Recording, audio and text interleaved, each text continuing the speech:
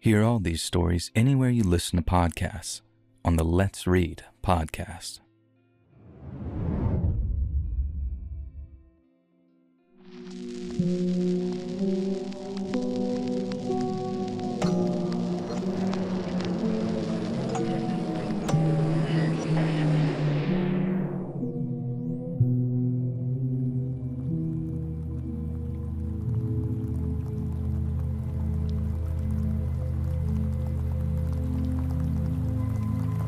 My granddaddy was a Texas Ranger back during the Great Depression. He passed when I was just a kid, so most of the stories about him I got from my dad, but some of them are some real doozies, and this is probably the one that sticks with me the most. As you can probably imagine, the Great Depression meant a lot of folks turned to crime to make ends meet, and those already raking in ill-gotten gains had to really kick things up a gear to maintain the kind of lifestyle they'd become accustomed to. As a consequence, Cochran County became the bank robbery capital of West Texas, with banks and credit unions in Morton, Whiteface, and Bledsoe getting hit on a daily basis sometimes.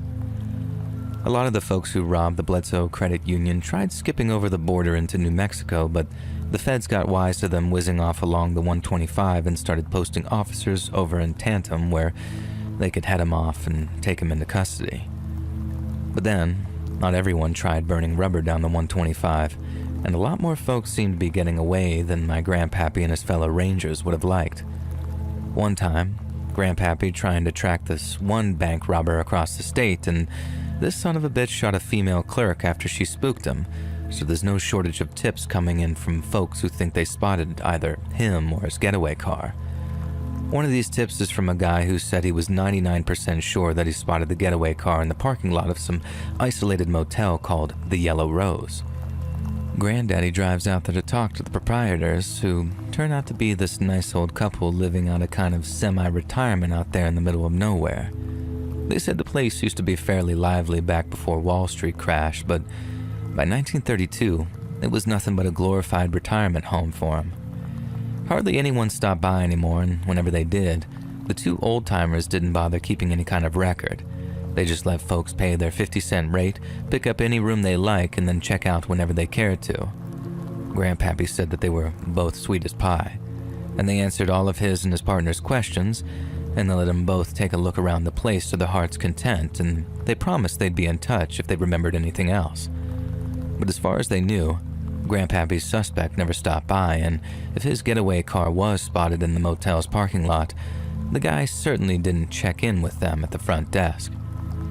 Grandpappy thanks them for their time, recommends they start making records just in case they have to stop by again, and then off he and his partner go to chase up other clues. But the trail goes cold, and before long, they're forced to focus on other fugitives. A few months go by and my grandpappy and his partner are chasing up some other suspect in some completely unrelated bank robbery, when the name of the Yellow Rose Motel pops up again. This time, it's a guest who claimed to just so happen to have spotted grandpappy's suspect walk into a room carrying the exact same kind of bag used in a liquor store robbery. Again, it seems like they're hot on their suspect's tails, but then they roll up to the Yellow Rose and it was pretty much the same story as last time. No, they didn't have any records of the guy staying there, but they did vaguely remember who my grandpappy was talking about after he showed them both a photograph, and aside from that, they were no help. At that stage, grandpappy and his partner weren't exactly suspicious of the old couple, but they were getting a tad frustrated at how unhelpful they were being.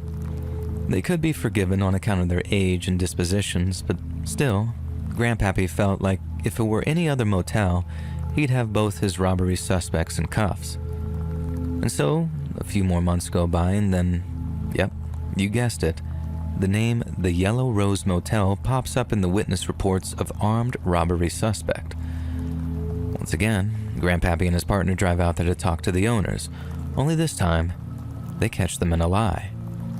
The witness said the suspect had seemed nervous and unwilling to leave their room.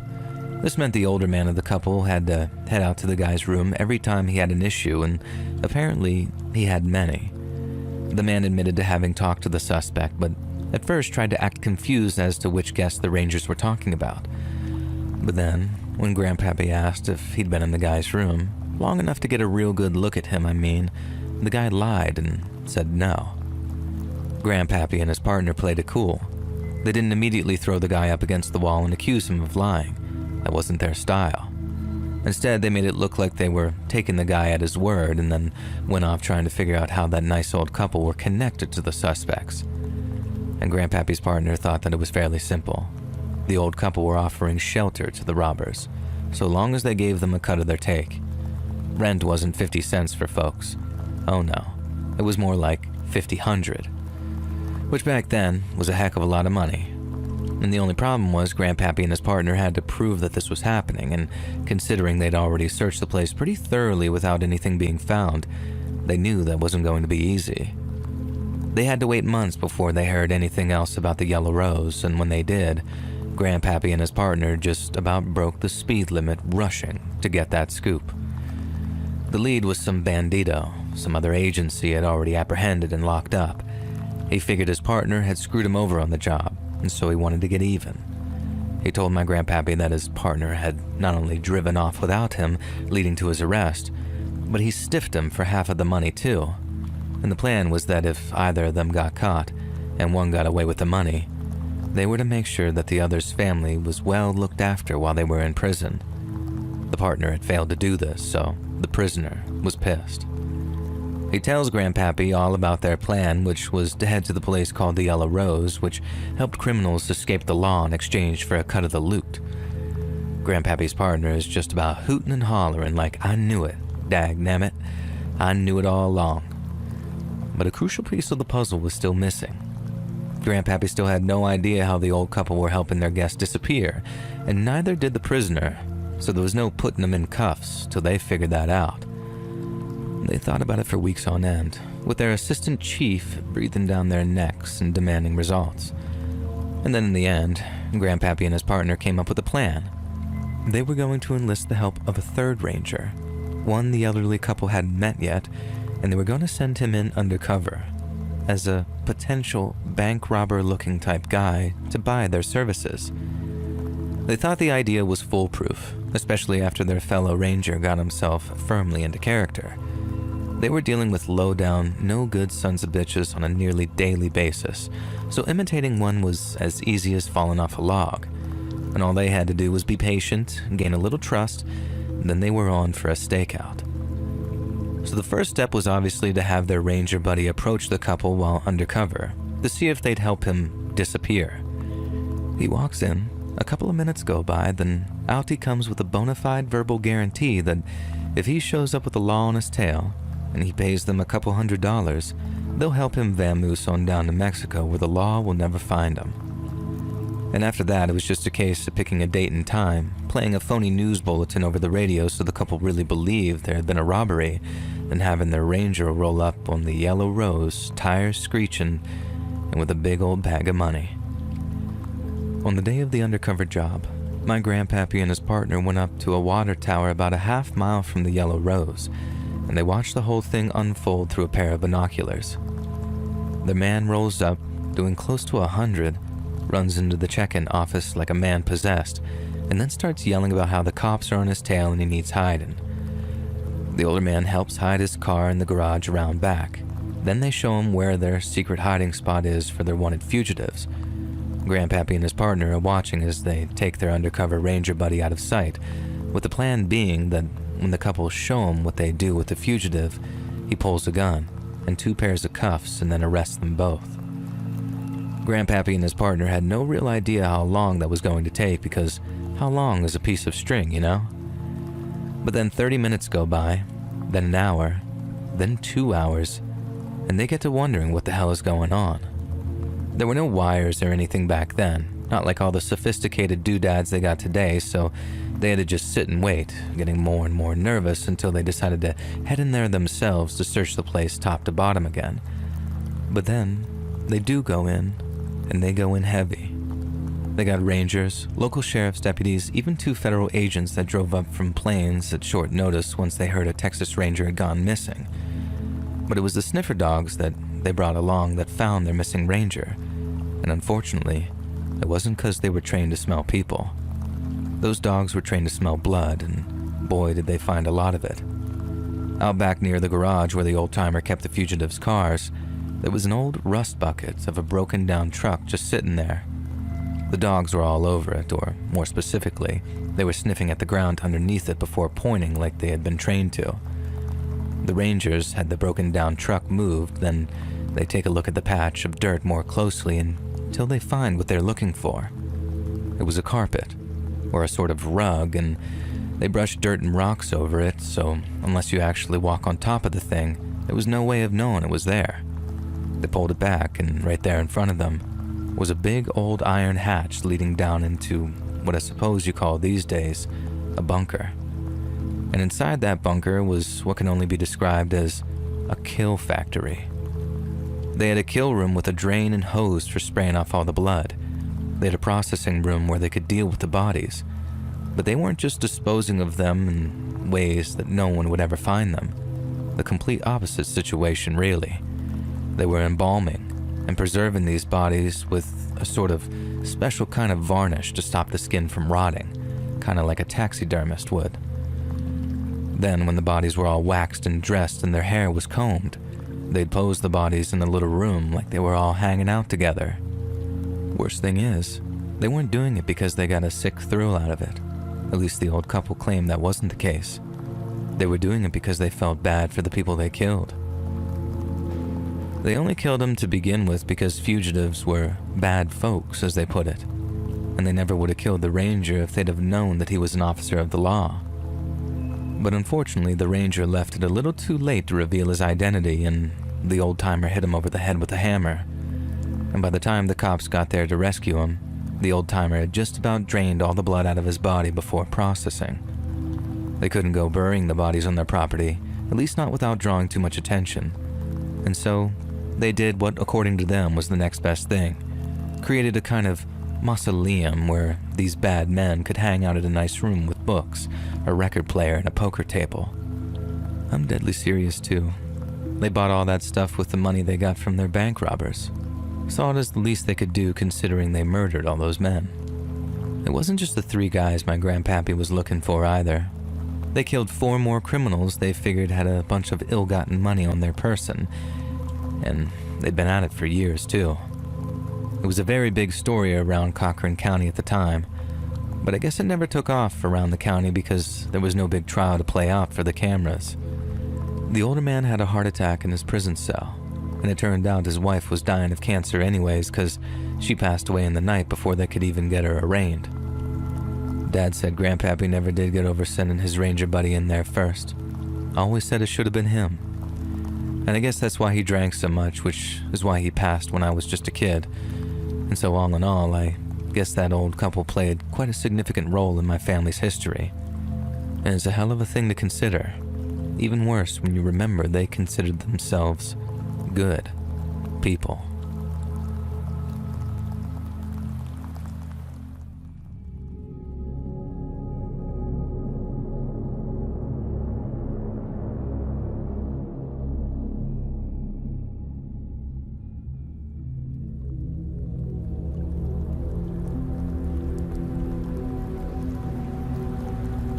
My husband had remained close to his childhood friend, who I'll call John, well into adulthood. They had met in elementary school and became inseparable ever since. When I was dating my husband and met John, I thought he was such a nice guy. He had a very docile nature and a wholesome character. Everyone felt comfortable around him. John was the type of person that could get along with anyone. He was trustworthy, dependable, and genuinely kind. I was happy that my husband was able to keep such a good friend in this day and age when true friendships are so hard to find. Both me and my husband are estranged from our families, so we were lucky to have someone like John in our lives, and we considered him like family. John was a nerd, like us, so we had many of the same interests. We would meet up every once in a while to grab something to eat, catch a movie, or just hang out at the house playing retro board games and discussing technology. We all 3 had a love of computers, so my husband and John often shared with each other small programs that they could write. My husband and I built computers for a time, and John would come by to give his opinion and advise us on our projects. I suppose the only curious thing about John at that point was that he never really had a girlfriend. In all the years we knew him, he had always been single. He never even dated. I didn't understand why such a nice guy hadn't found someone yet. Our lives seemed to evolve and change, but John just sort of stayed where he had always been, living with his family and never became involved with anyone romantically. And for a while there, we started thinking that maybe he was gay and was simply scared to reveal it since he had a pretty traditional family who he was very close to. And though we wondered amongst ourselves, we never brought it up to him as it seemed kind of inappropriate. It would be like we were invading his privacy or meddling in his life, and we figured that he would eventually find someone when he was ready. John suddenly moved away to a city that was 3 hours away. When he told us, we thought at first that he had decided to finally move on his own, but we were wrong. He had actually moved into a home that his older sister had bought for her retirement. Since she wasn't ready to retire just yet, she was letting him stay there for the time being, and that's when things began to change. John sort of fell off the map. He wouldn't call, he wouldn't visit nor ask us to come visit him. My husband and I figured it was because of the distance. Also, he was probably settling into his new place and getting accustomed to a new city. But time continued passing and I could tell my husband was really missing his friend. And I had to admit that I was too. We had such good times together and it was so unlike John to disconnect like that. It was so difficult to get in contact with him on the phone, and he wasn't very active on his social media either, and I started to worry about him. I also didn't want my husband to continue distancing himself from his best friend, as it could become permanent, and so I made it my mission to reignite our friendship.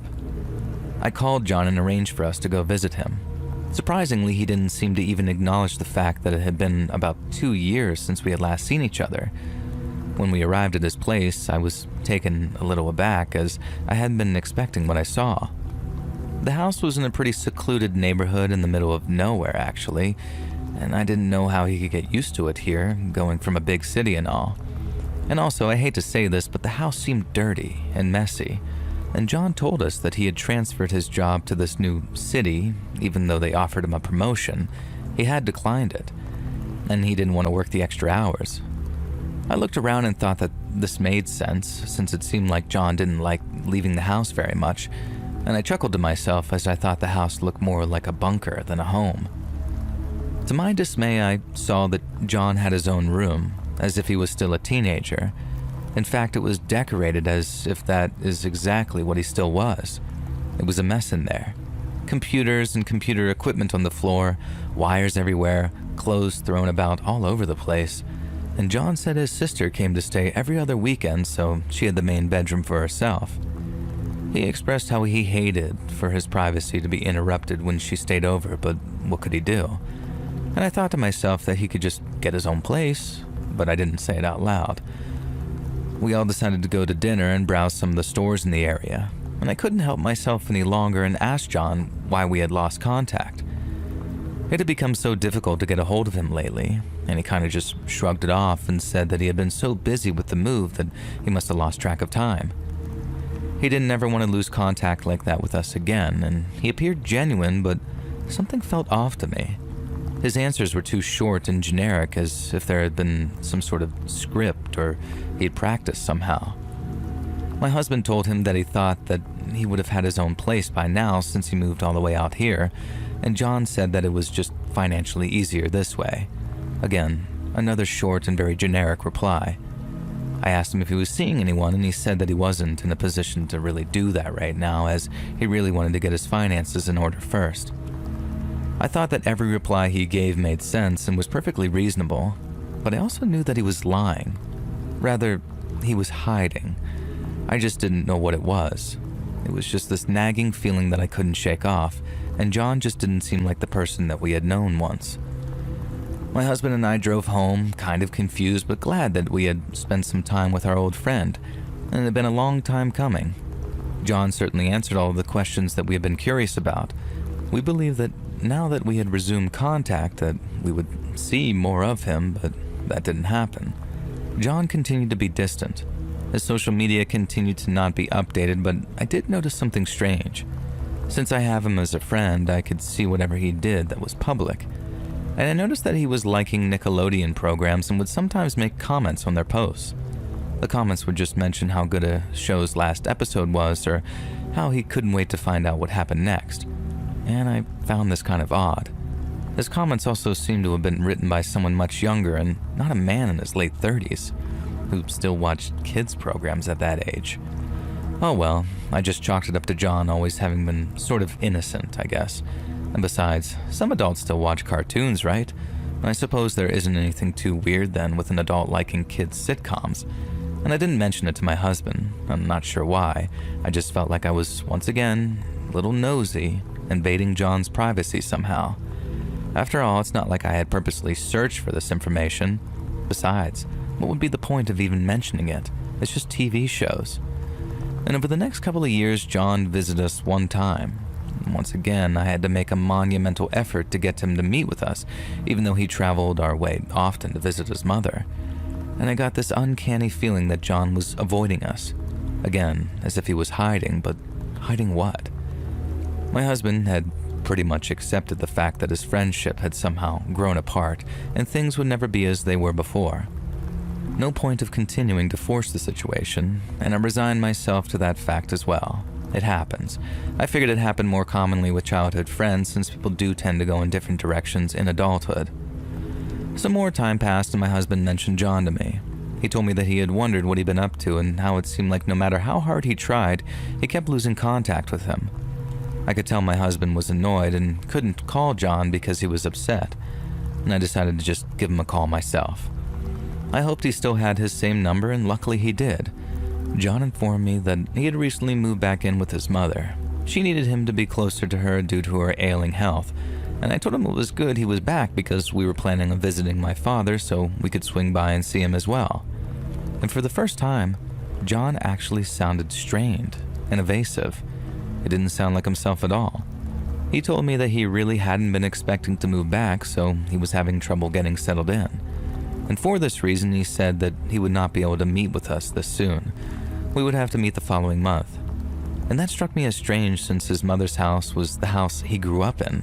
He had his own bedroom there, so why would it be so difficult to settle in? I accepted his wishes though and told him that the following month we would plan on hanging out for sure. Nothing could have prepared me and my husband for what happened next though. As the month we were supposed to meet approached, my husband called me to come downstairs and look at the TV.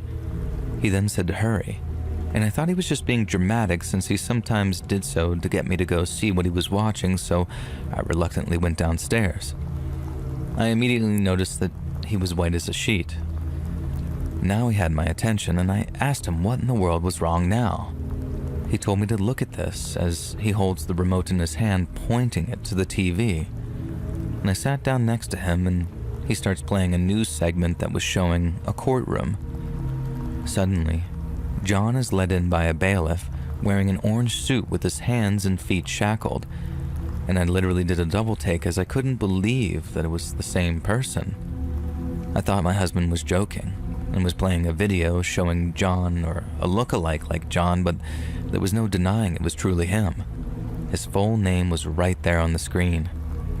The newscaster said that yet another man, John, has just been arrested in connection with one of the largest child trafficking rings that has been dismantled in recent history. John was just one of the many individuals who had been caught when the police successfully obtained their information from a website on the dark web that had been shut down for featuring and spreading CSAM, or child exploitation material. The investigation had been going on for a few years. Both of our mouths were wide open as we stared at the TV in disbelief. My husband told me that he had been searching for a local TV show when he came across this. He told me he just couldn't believe it. He must have watched it over 20 times before he called me downstairs to see for myself, and I was speechless. Sometime later, when the initial shock subsided, my husband went online to search more information, and it appears that John's mother's home and his sister's home had both been raided, and they found hundreds of child exploitation content on his computer. John must have been collecting them since his youth. There also had been a DNA match.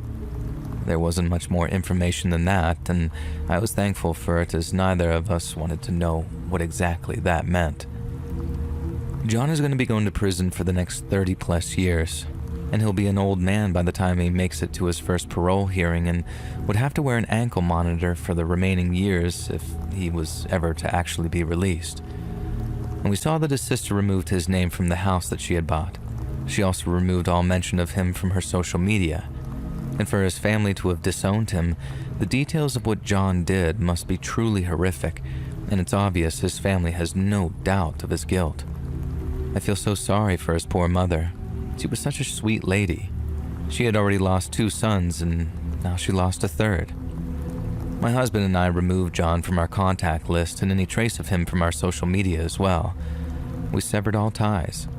We decided to not even contact his family, and we will not be visiting him in prison either, though we have so many unanswered questions.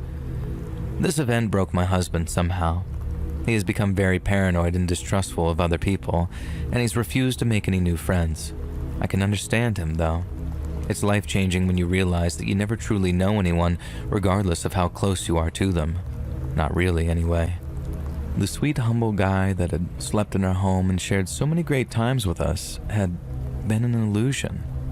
A very good magic trick. It's as if he hadn't ever existed except in our own minds. John had been hiding something after all, and he had been hiding that he was really a monster.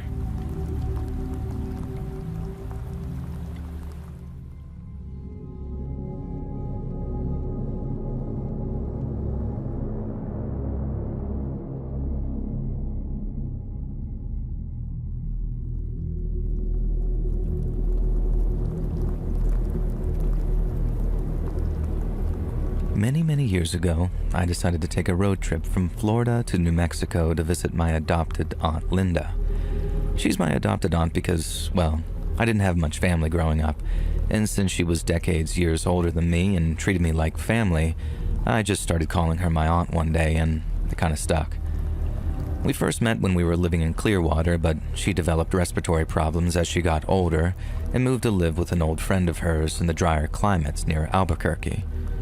We had a sort of tradition of having a fancy day from time to time, where we'd really treat ourselves, go shopping, then go eat somewhere incredibly fancy as like a sort of big morale booster. And when we first met, I wasn't doing so great.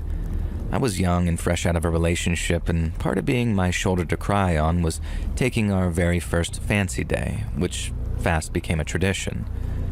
And so to save enough money as possible on that trip, so I could spend as much money as I wanted while I was in Albuquerque, I started looking for cheaper hotels and motels outside of Shreveport city limits, which is where I usually spent the night after around 12 to 13 hours of driving.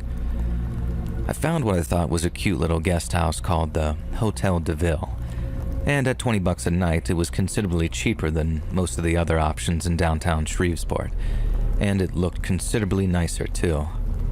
I called in advance to make sure that they were okay with late check-ins. And I mean late too, because I sometimes didn't make it to Shreveport until late at night or very early in the morning.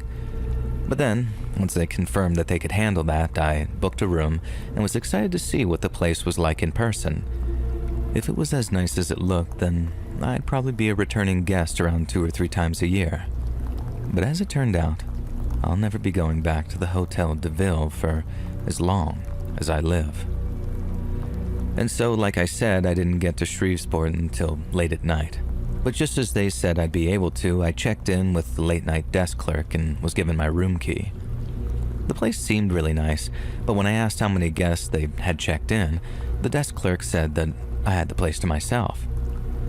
I thought that was kind of odd because nice hotels like that are very rarely empty, but having the place to myself felt kind of luxurious, or maybe more like peaceful. And so instead of overanalyzing the situation, I just went to my room and got ready to take a shower.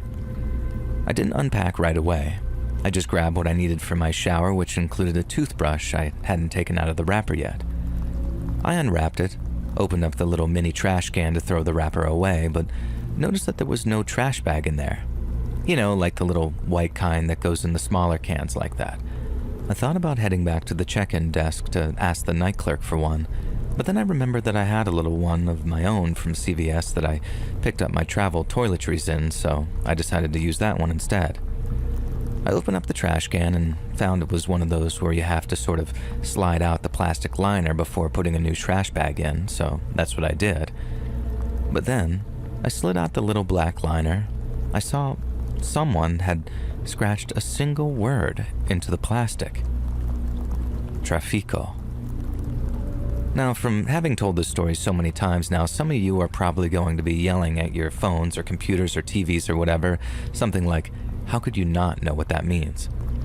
Well, although I don't speak Spanish, I kind of do know what that means. It's just that what you're probably thinking right now didn't occur to me at the time at all. I was so tired from driving for so long that I honestly just thought, what a weird place to tag something like that. Like, of all the places to scratch your name or probably a nickname by the looks of things, why do it there, where most likely only the hotel's housekeeping would see it? I shrugged it off, put the trash can back together with a bag in it, and then threw away the wrapping and box for my new toothbrush and toothpaste. I then took a shower, walked back into my room, toweled off, and then started looking around for where the room's hairdryer was kept. And since from experience that's usually the deepest drawer or cabinet in the desk or bedside table, that's where I went first. I checked the little cabinet in the bedside table first, and bingo, there was the hairdryer. But after I took it out, I saw that there was a little piece of paper underneath it. Now, my first thought was something like, this better not be a piece of paper that says not working or all that, because I was very much looking forward to actually drying my hair. It's kind of relaxing and soothing. But when I took it out and unfolded it, I saw that all it said was, help me.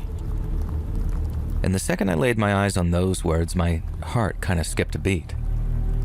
I checked the back of the paper, but there was nothing. That's all it said, help me. I looked around the room again, my eyes darting to every corner as this sudden feeling that something was badly wrong took hold of me.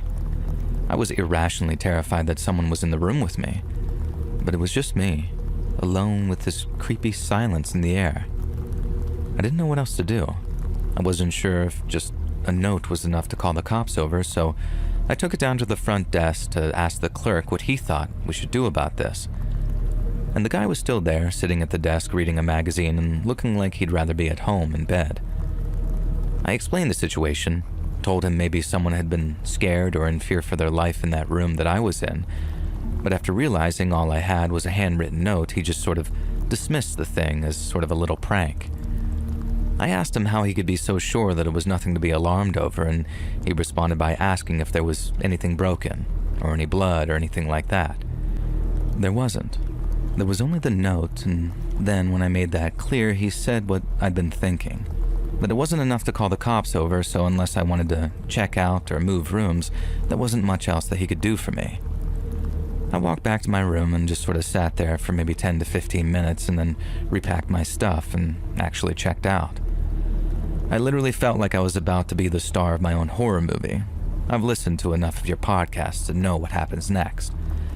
Like I was about to get the dumb female supporting actress whose sheer ignorance and naivety gets her chopped to pieces in the opening 10 minutes. I'm not saying the clerk was in on it, and it was some kind of murder hotel like that H.H. Holmes freak that DiCaprio is set to play in that new movie. I just grabbed my bag and hurried out to my car and then drove until I found a quiet spot by the side of the road, away from any buildings, just trees and darkness. And I parked and locked the doors, and ironically, I felt way safer out there in my small car than that sort of eerie hotel room. I know I could have drove back into Shreveport to maybe find some place there, but I was just so tired and couldn't face the disappointment of going through the whole ordeal just to pay a bunch for a crappy hotel room. I tried to sleep, but even with how exhausted I was, it took me way longer than it should have. I couldn't stop thinking about that note, and I settled on the thought of I really hoped it was a prank, because the idea of thinking someone had left that note there, genuinely, and I found it out way too late, it just made me sick to my stomach. With the attitude the clerk took of just, oh well, it was probably just a prank, it's no wonder you hear all these horror stories about women getting kidnapped and trafficked in those kind of places. Oh yeah, and back to that trafico thing. So when things finally went down on what that word really meant, I actually called the hotel to tell them how I thought both the note and scratched trafico word might be connected.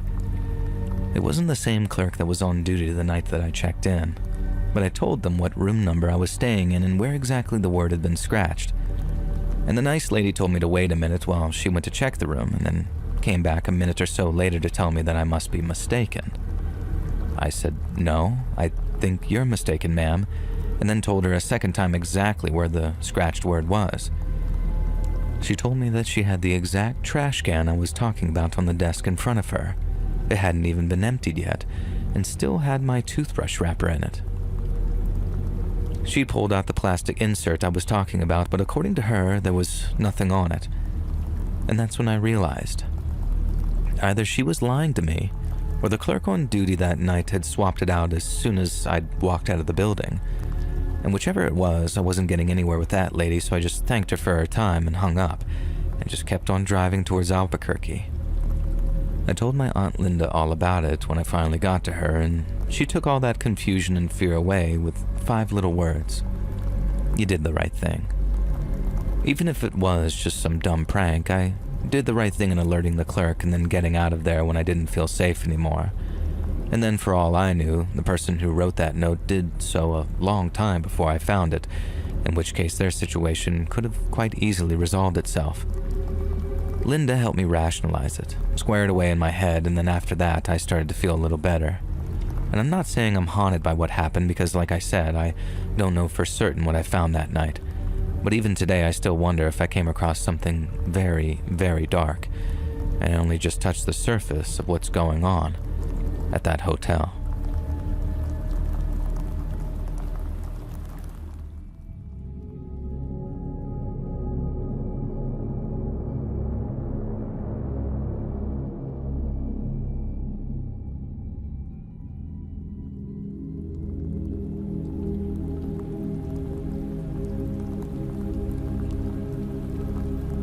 I was almost killed by my ex-boyfriend, and I'll be changing the names to protect myself. Now I'll start with a quick backstory. At the time of the attack, I was 19, almost 20. My ex, Gavin, was 27, and we had a big chow chow and a cat. The dog was his and the cat was mine. We lived in a 3-bedroom house. A few months before, we had allowed a friend to stay with us, Lacey, and it didn't end well, as she was just sort of taking advantage of us. The week leading up to the attack, Gavin had just gotten back from his work trip, which I believe was about 3 to 4 weeks away from home.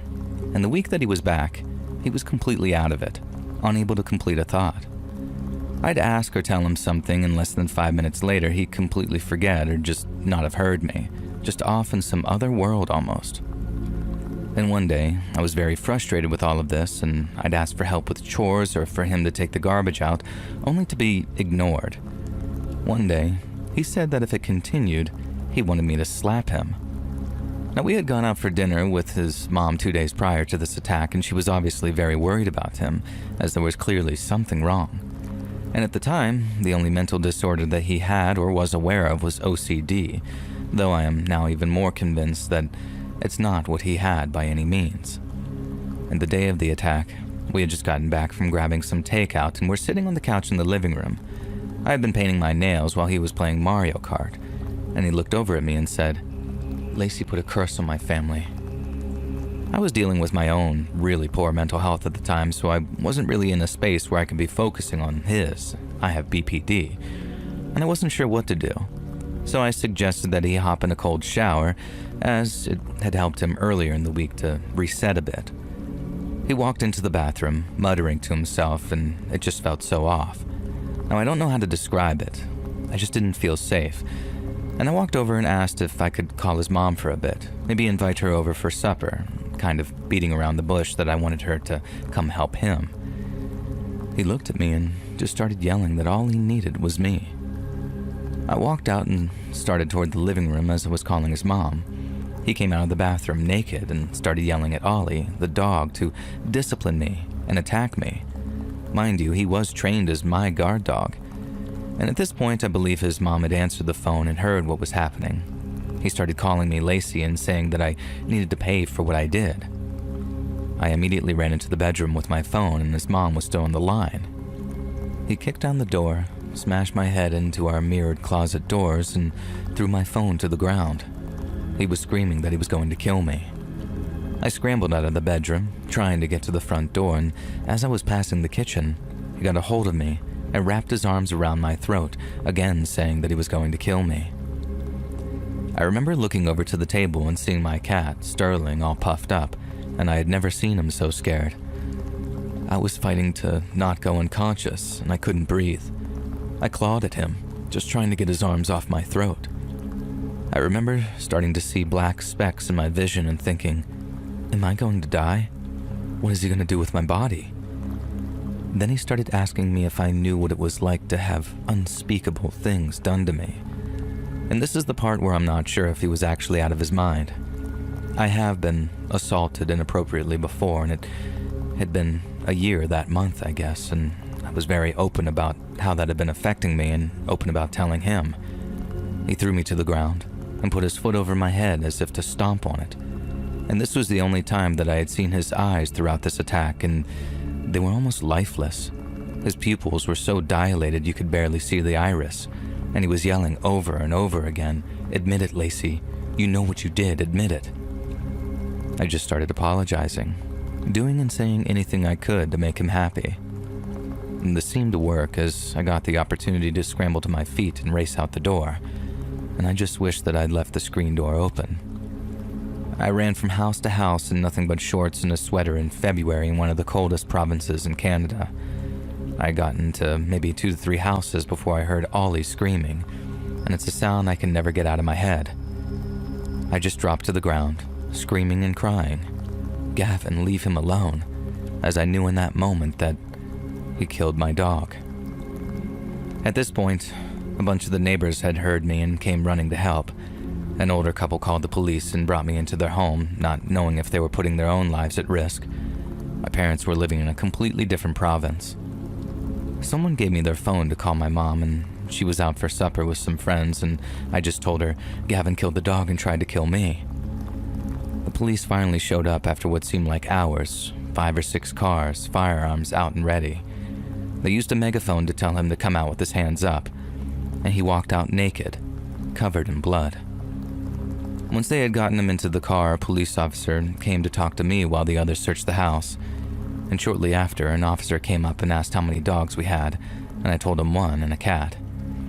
I asked if Ollie was still alive, and they told me that he was dead in the bathtub.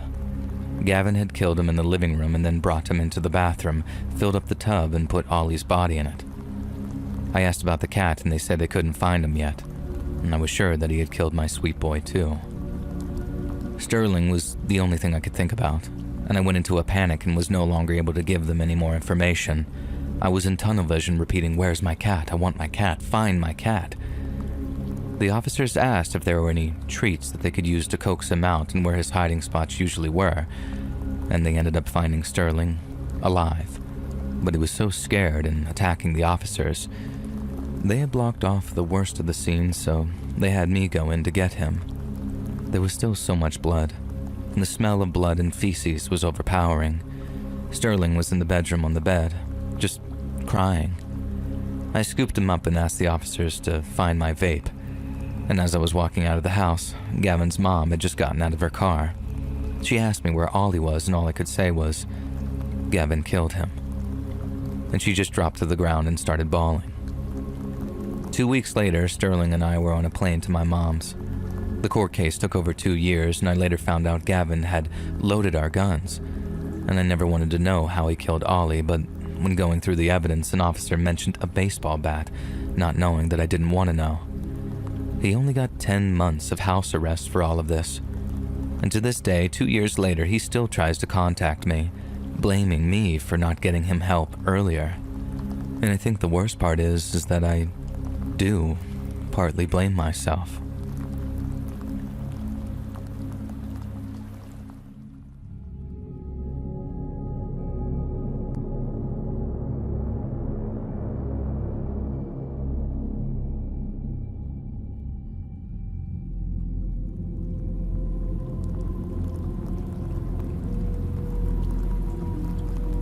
Nestled along the banks of the Taedong River, the North Korea capital of Pyongyang is perhaps one of the most unsettling and enigmatic places on Earth. Befitting its moniker, the Hermit Kingdom grants entry to only a limited number of curious tourists each year, and those welcomed are subjected to incredibly strict regulations. Visitors must always be accompanied by a guide and are only permitted to visit a handful of carefully selected and delicately curated locations. Then, as for their accommodation, visitors are usually checked into one of the only hotels in the entirety of North Korea that permits foreign guests, a stark beige monolith known as the Yanggakdo International Hotel. At 400 meters wide and deep enough for the passage of large ships, the Taedong River is one of the largest in North Korea and boasts a great number of larger and smaller islands.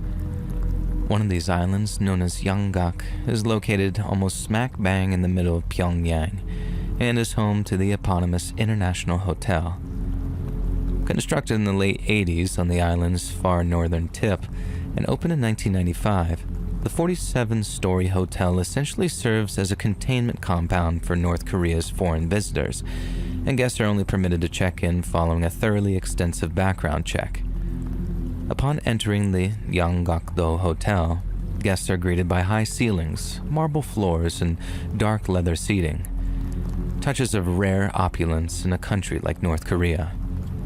But plastering the lobby's walls are garish reminders of both time and place. Vast hand-painted murals depict heroic, larger-than-life figures engaged in key moments of North Korean history, such as the nation's founding or their supposed victory in the Korean War.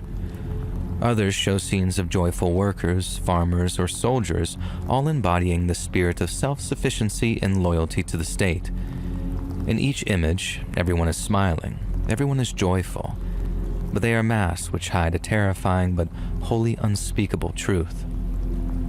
Upstairs, rooms are decorated in very neutral shades of beige, cream, and light green. The furniture is functional, the bathrooms Spartan but clean, yet the hotel's more public spaces are anything but ordinary. At the top of the hotel sits a slowly revolving restaurant, offering diners a 360-degree view of Pyongyang while enjoying a blend of Korean and Western cuisine.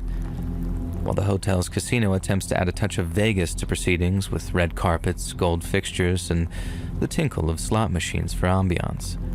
The hotel's basement hosts a gift merchant, a one-stop shop for all your propaganda needs, where things like books, badges, and posters are available to purchase.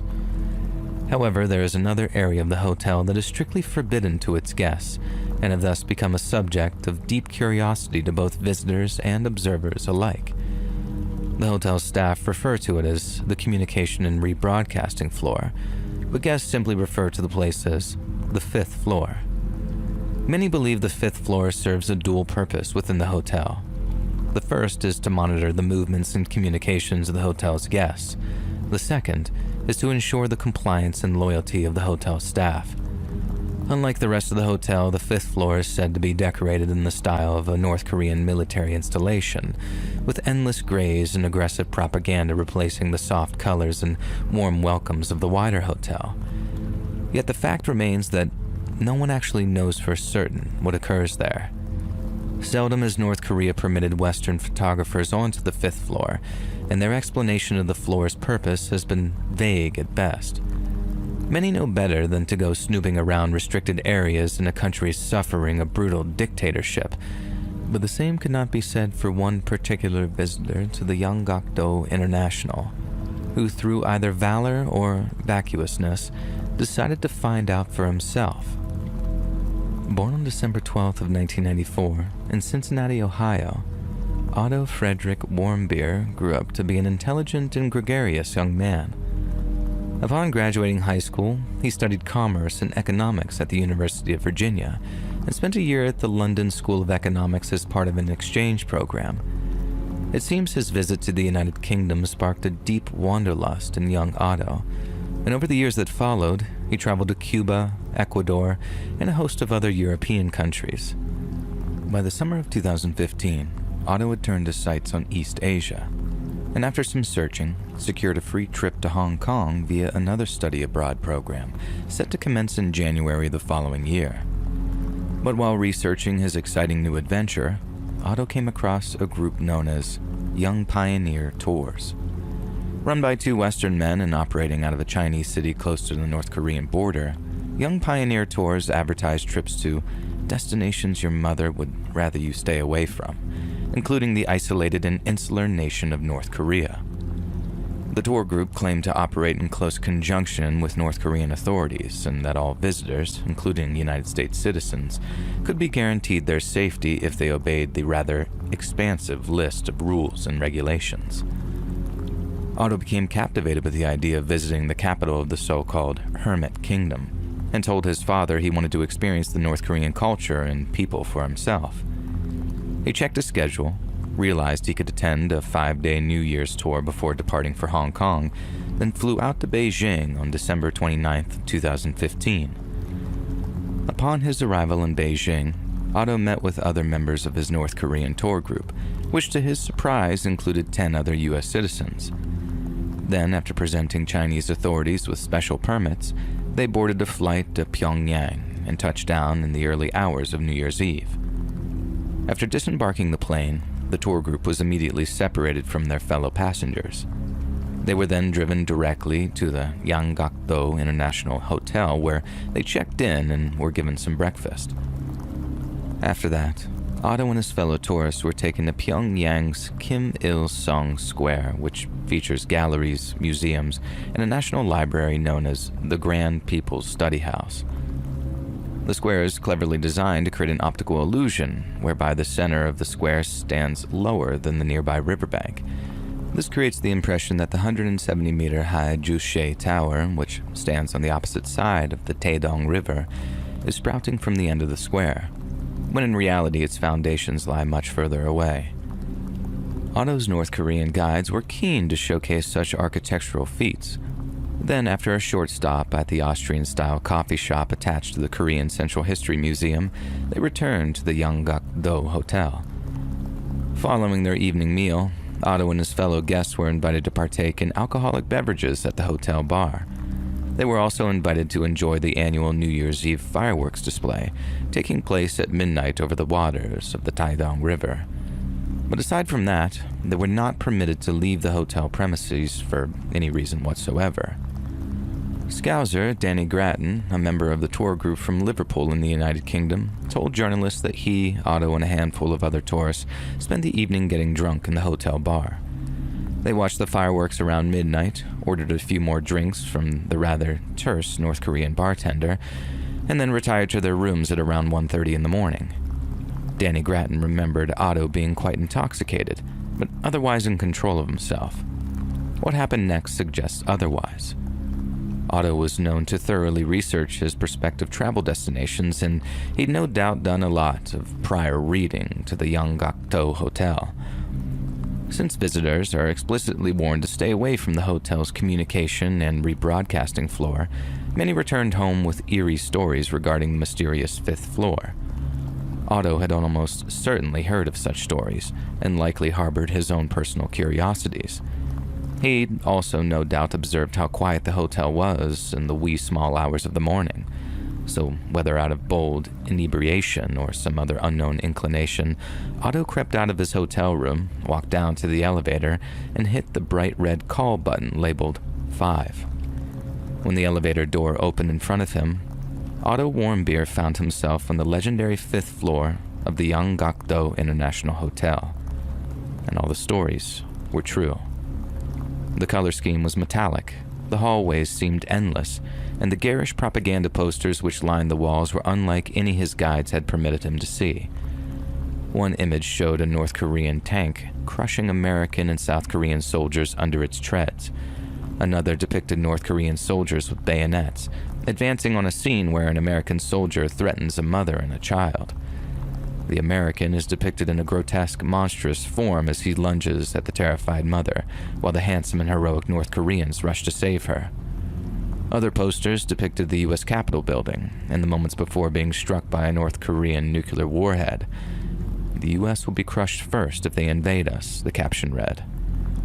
Otto was no doubt exhilarated to have snuck onto the 5th floor, and after perusing the hallways for a few minutes, he decided to head back to his room for the night. But not without grabbing himself a little souvenir in the form of a North Korean propaganda poster. It's unclear which poster he took, and frankly, no one is 100% certain if he even stole one or not. But 2 days later, as Otto arrived at Pyongyang International Airport to await his flight back to China, he was arrested by North Korean officials. Danny Grattan, the Liverpudlian on the tour, later issued a statement to the Western press. No words were spoken, Grattan said. 2 guards came over and simply tapped Otto on the shoulder and led him away.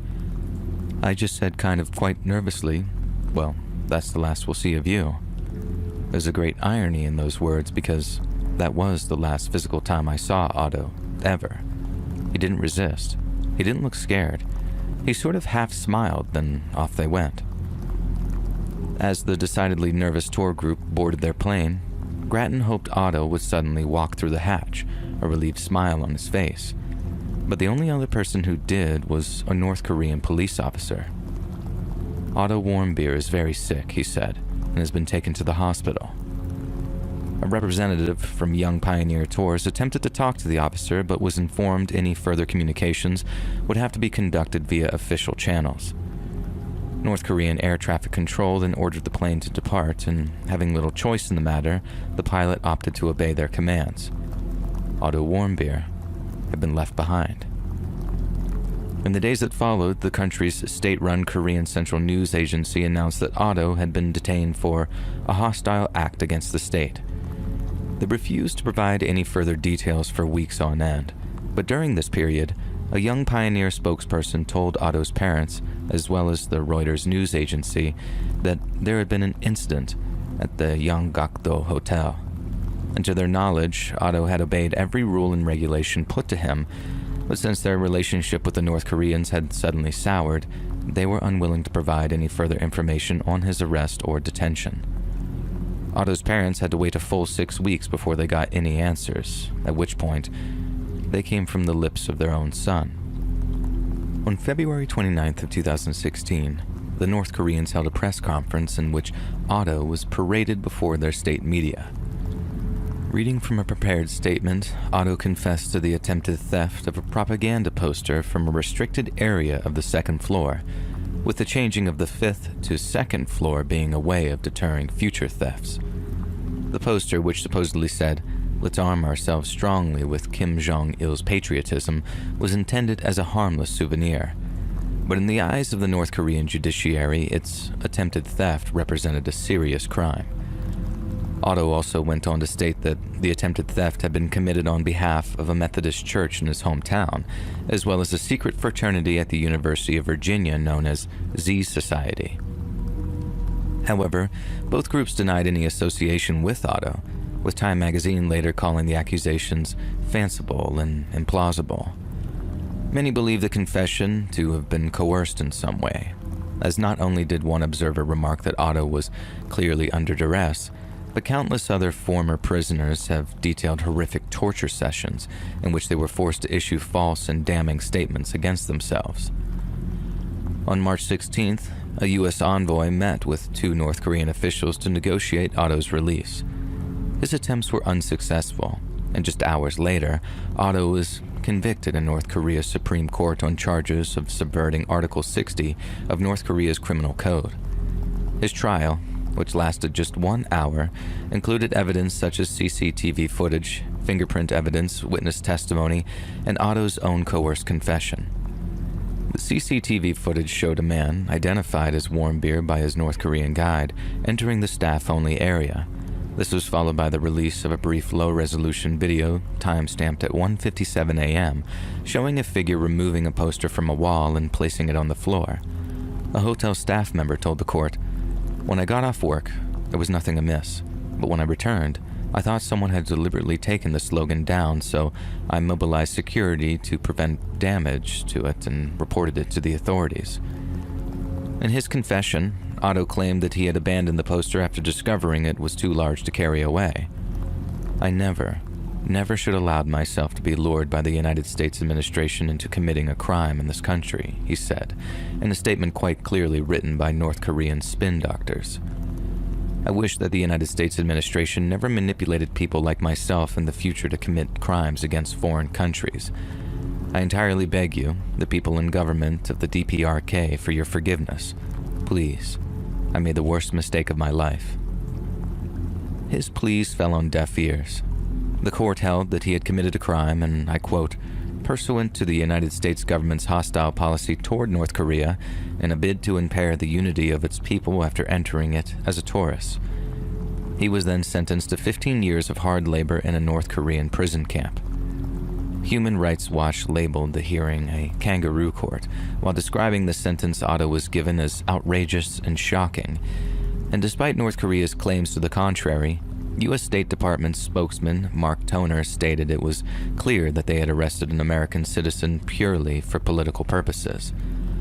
Otto's parents, Fred and Cindy, met with numerous Obama administration officials, including then Secretary of State John Kerry, but North Korean diplomats proved prickly at best. It wasn't until June of 2017 that negotiations bore fruit, when Secretary of State Rex Tillerson announced that North Korea had released Otto following a full pardon for his crimes against the state. However, during a June 6th meeting with North Korean officials, a representative of the U.S. State Department was informed that Otto had contracted food-borne botulism shortly after his sentencing and had fallen into a coma after taking a sleeping pill. U.S. officials asked North Korea exactly how long Otto had been in a coma, and the answer they got was as shocking as it was horrifying. 15 months, they were told.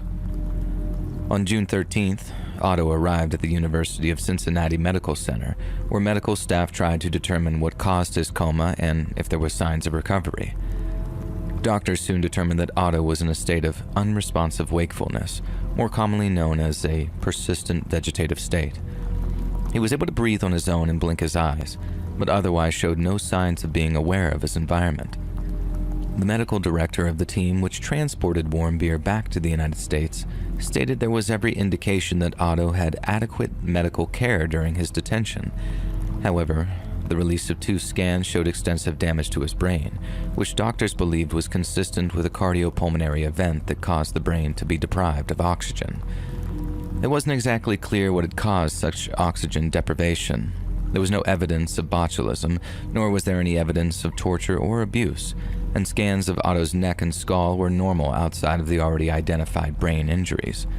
In fact, as one doctor phrased it, for somebody who had been bedridden for more than a year, his skin and body were in excellent condition.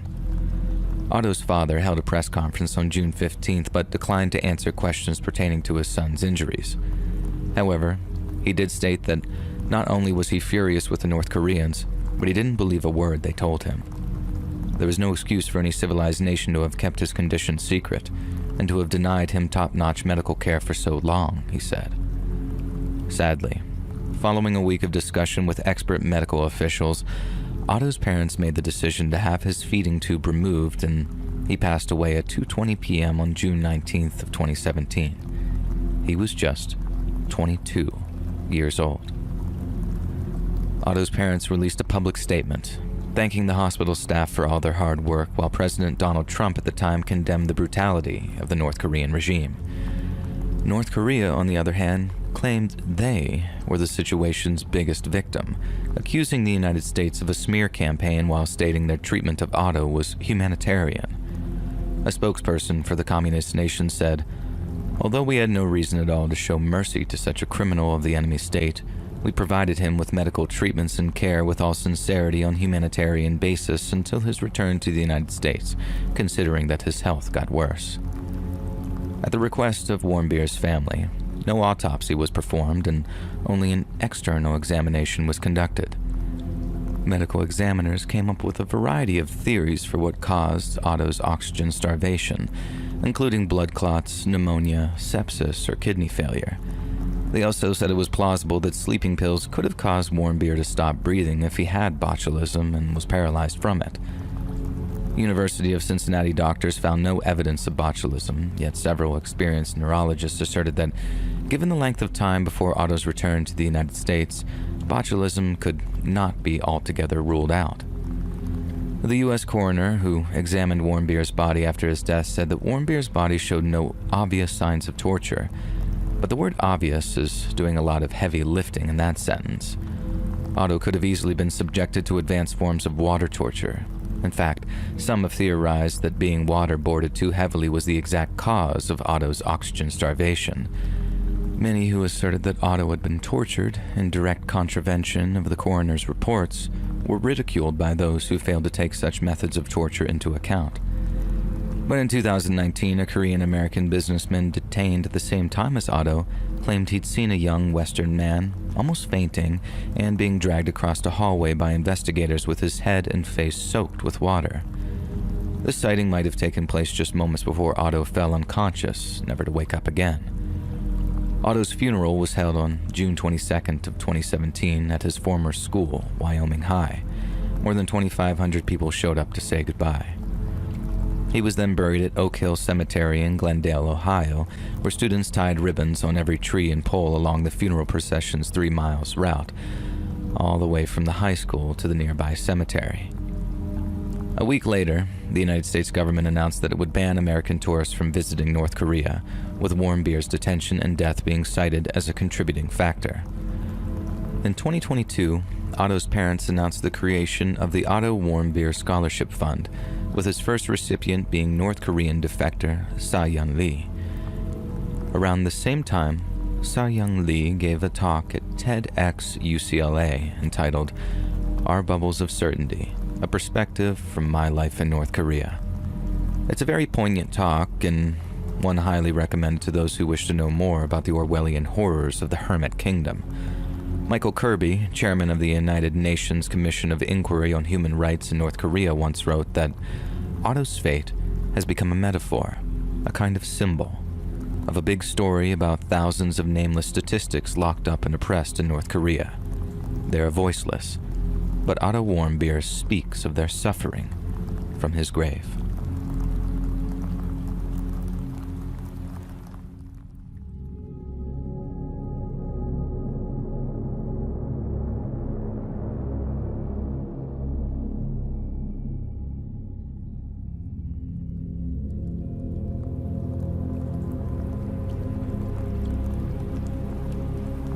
This happened to me in Tempe, Arizona, not far from Mill Avenue where all the bars are at.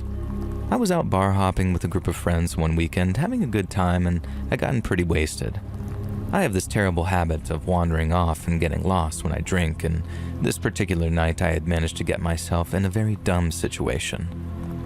After wandering down streets for almost an hour, I started to realize that I was very lost, and to make things worse, my phone was out of battery. At some point, I decided that I would just walk back to my friend's house, which I knew was somewhere north of an area that we were bar hopping. Now, I should mention that I am severely incompetent when it comes to directions and navigating in a city, so I didn't realize that I was a solid 7 to 8 miles away from my friend's place. As I was stumbling confidently along the empty roads at 2 a.m., a sedan suddenly pulls off the road in front of me, aggressively, almost blocking my path. Somewhat startled, I look towards the driver's side and see a rather large and mean-looking black gentleman staring me down. In situations like this, most people have one of two reactions. They either become scared and defensive or angry and aggressive. I, on the other hand, am an insane person and was just drunk enough to have no sense of the danger that I might be in. Now, I should mention that I am your typical privileged suburban white boy, not particularly threatening or big. And I proceeded to wave at the guy saying, "Hey man, what's good?" I'm not completely sure, but I think I was probably smiling too. I specifically remember the face that he made. It was sort of confused and conflicted, as if I were asking him what year it was. He paused for a second and asked me something, but I couldn't understand what he said. And I responded back, "Huh?" And he then asked me, "Where you going?" I told him I was trying to walk to my friend's place, but I have no idea where I am. After another pause, he told me to get in. Now, without thinking, I walked over to the passenger side and hopped in. Pretty dumb, right? Well, at the time, it seemed like a good idea. And once I got in, I was able to get a better look at the guy. He was covered in tattoos and was wearing your typical thug attire. I also noticed his arm was all bandaged. Oh, and he had a pistol clearly tucked into his shorts. And again, for some reason, none of this fazed me at the time. He asked me where my friend's place was, and I gave him directions. Now, I'm pretty sociable and talkative when I drink, so I immediately started chatting with the guy casually. I don't remember exactly what we talked about, but eventually he started telling me that he had just gotten out of the hospital after being treated for a gunshot wound on his arm, and his girl just broke up with him because of it. Apparently, she didn't like that he was in a gang and getting into gunfights. Go figure. He then told me that he was real pissed off about her and about getting shot, and he was driving around looking for someone to rob when he found me, and that he has served time for robbery in the past. At that point, my drunken brain started to connect the dots, and I thought about the roughly $200 that I had in my wallet at that very moment. But instead of freaking out, I just said something like, "Damn, man, that's rough." He also told me that he really wanted to be a rapper, and he was trying to get his music career started. I tried to be supportive, telling him to just go for it. And about 10 to 15 minutes later, we pulled up at my friend's place. Now, this is when I should have just gotten out of the car and told the armed man thanks for the ride, but again, I'm an insane person and felt like I owed him one for taking me all the way there, so I asked if he wanted to come in and smoke some, and he said he was down. At this point, my friends had already been back for a while and were all wondering what had happened to me. And as you might expect, they were awfully surprised when I showed up with a strange black guy who I now knew was a gang member who had debated robbing me at gunpoint. What the dude did next sort of sketched everyone out, though. My buddy lives in a house with a few other people. His room is at the very end of the hallway, and that's where they all were listening to music. He also has a huge safe in his closet that is visible as soon as you walk in the room. I didn't realize it, but my new friend had brought his gun inside with him, and shortly after entering the room after everyone said what's up, he took his gun out of his waistband and put it down right on top of the safe in front of everyone. It seemed like a really odd thing to do, but it was a lot better than what he could have done. I feel like it was a sort of show of respect, like he wanted to show that he wasn't going to use it. Luckily, I do have super chill friends, so they acted cool and were about to roll up a blunt, so a few minutes later we all went back to smoke, leaving that gun in his room. The dude chilled with us for a while longer and actually seemed to get along with some of my friends who had a similar interest in music. He then picked up his gun off the safe and left without incident. Looking back, I realized that that could have gone much, much worse, especially since my buddy had a lot of cash in that safe and could have easily robbed us at gunpoint at any time. And I like to think that although he was a criminal and a gang member, he was also just a guy going through a hard time, and a little kindness and marijuana prevented that night from going very, very bad.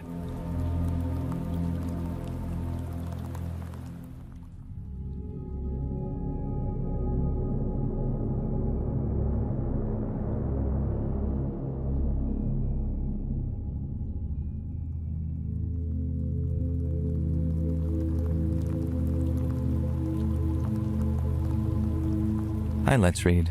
My name is Dinesh and I was born in Sri Lanka, but I've been living and working in Mumbai, India for the last 20 years. My daughter came across your YouTube channel around Halloween of last year, and at first, I wasn't sure if she should be watching such scary stories. But since she started watching, her colloquial English has improved a lot, and I'm happy to say that you're having something of a positive influence in her life. There's also another, albeit a little bit of an unusual reason why I'm happy she's watching your channel, and that's the fact that you take viewer submissions. She's 14 years old now, and although we have a fairly good relationship, there have been times when we've gone through some strain. Now, for example, when she was 12, she got into a habit of slamming her bedroom door whenever she was angry with school or her friends or what have you. Every time she did, which wasn't very many times, I was absolutely livid, more furious than she had ever seen me before. She felt victimized, and I can understand. Her brother has broken a window with his cricket ball before, and I didn't get as angry as I did. And I tried explaining that it was the sound that bothered me so much, but she didn't understand and wouldn't accept my apology. But she doesn't understand because there's something she doesn't know, and it concerns something that happened to me just a few years before she was born. something that resulted in me suffering from a very prolonged and very acute post-traumatic stress disorder. For the life of me, I can't find it in myself to tell her what had happened to me, and so instead, I think I might ask you to do it for me. I used to be employed as a floor supervisor at the Taj Mahal Hotel here in Mumbai, and I first got the job in early 2008 when I was still just the tender age of 24 years old. I was very proud of myself to attain such a lofty position at such a young age, because it came with a lot more prestige and pay due to the heightened responsibility. It could be very stressful at times, because my bosses could be very hard on me, but it meant that I could seriously consider starting a family, as my salary and lodgings had made me a very eligible bachelor. Just under a year into working there, I thought I could see myself working here for a long time. But then one night, everything changed. It was around 9:30 p.m. when it started. The hotel was bustling with guests and staff, and we were all very busy, and it was business as usual. Then suddenly we heard what sounded like firecrackers coming from the lobby downstairs. But our confusion turned to pure terror when we realized it wasn't firecrackers, it was gunfire, and our terror only intensified as the sounds drew closer. I was in the lobby when I saw people running, their faces painted with panic, and I remember the distinct smell of gunpowder drifting in the air. I remember ducking behind the reception desk. My heart was pounding at a mile a minute, and over the chaos, I could hear guests screaming as they tried to make sense of what was happening. These terrorists were members of a group who called themselves Lashkar-e-Taiba, who are a Pakistani-based militant group, and after forcing their way through the main entrance of the hotel, they began firing indiscriminately. They had automatic weapons, and their bullets tore through marble and wood, and the destruction from just a few bullets was horrifying. They tore that hotel apart. They were part of a group of 10 attackers who arrived in Mumbai via sea, more almost like a commando operation than a terrorist one, and then instead of attacking military, police, or infrastructure, they were gunning only for the innocent, unarmed civilians. And from my hiding spot, I saw some of my colleagues on the ground, and I couldn't tell if they were just taking cover or if they were hurt. Then I saw one of the terrorists dressed in black with a backpack firing at the chandeliers and laughing as the glass pieces shattered. And that's when I realized that they were crazy, maybe high on drugs or something too, because they were shooting at anything. Perhaps in frustration because there weren't as many people as they hoped gathered in that lobby that evening. I managed to dial the emergency number, and I whispered our location and the situation to the dispatcher, begging them to send help as quickly as possible. And the next thing I did was the only thing I could think of to help prevent more losses of life, and I went back into the hotel's corridors to help guests find a way through the staff corridors and away from the gunfire. You see, the terrorists were not just shooting randomly. They were systematically moving through the hotel, searching for foreigners. I could hear them shouting in Urdu, demanding to know where foreign guests were staying, particularly British and Americans, and they were looking for high-profile targets, tourists, and anyone who could be considered an enemy. Myself and a handful of guests hid in one of the staff-only areas, trying to stay silent, listening to the attackers moving through the hotel. We could hear their voices whenever they got close to our hiding place, and it made me tremble with fear every time they fired a shot. We began to smell smoke after a while too, and realized that they had set fires because the smell of gasoline, or some type of accelerant, I'm not certain, was very pungent in some areas. They seemed to be moving from room to room on the lower floors, breaking into guest rooms in the restaurant areas and then setting the place on fire in the hopes the entire hotel might burn down. I heard them in the Wasabi by Morimoto. It's the upscale Japanese restaurant where they had taken hostages, forcing guests to the ground and shooting some if they moved or didn't comply. But anyone who had a Western passport on their person, they were executed without any questions. After a while, we started to hear explosions. These terrorists had brought hand grenades with them, and they were throwing them down corridors to flush out anyone hiding. I saw one explode near the kitchen area where some of my colleagues had taken refuge, and the blast was followed by screams and then silence. The terrorists then set up positions on the upper floors, using the vantage point to shoot at anyone trying to escape, and then shooting at the police as they began their response. There were reports of them shooting from windows at people below or at any movements outside, and it seemed they intended to hold the hotel and use it as a stronghold so the killing could continue. At one point, this was perhaps the most chilling moment for me personally, the terrorists used the hotel's internal communication systems, or the PA, to taunt and threaten us. They said all Hindus were allowed to leave the building, as long as they told the terrorists where any Western guests were hiding. And I must have shown some kind of silent reaction on my face or in my eyes, because one of the Western guests started to beg me in a sort of whisper, "Please don't leave us." I told her I would not, and I meant it from the bottom of my heart. Not just because I would not be able to live with myself, but because I knew it was a lie. There was no way that they would miss the opportunity to shoot somebody like me, especially now that the police were outside shooting back. Leaving my hiding place meant certain death, so I stayed right where I was and prayed for a quick ending. Eventually, the sounds of the Indian security forces engaging the terrorists reached us. It was a mix of relief and terror knowing that while help was here, the situation was far from over, and so we just stayed low, praying for it to end.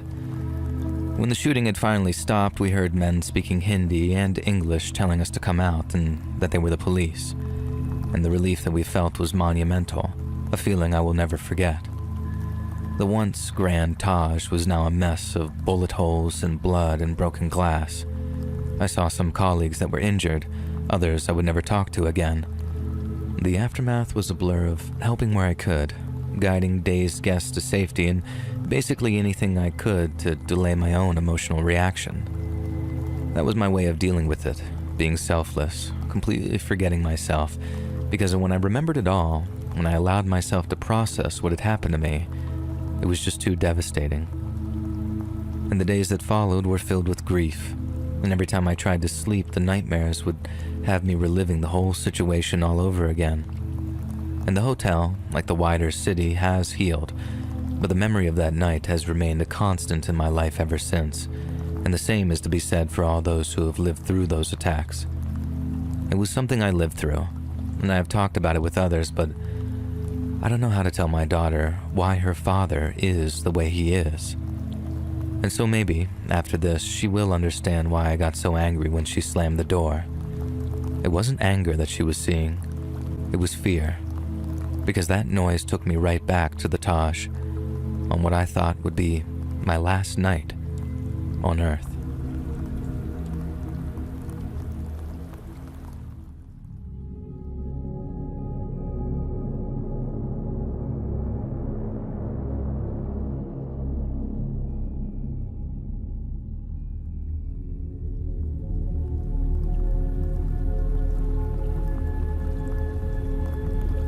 Surprisingly, this is one of those stories I forgot about until a few days ago when I was talking to a school friend on call and I got reminded of this. She was pretty freaked when I told her. You see, this happened when I was roughly maybe 7 or 8, so some of the details are a bit fuzzy, but I remember it pretty vividly. This may seem like unimportant context, but my family had just moved to America and were renting the top portion of your regular suburban house in a pretty safe cul-de-sac.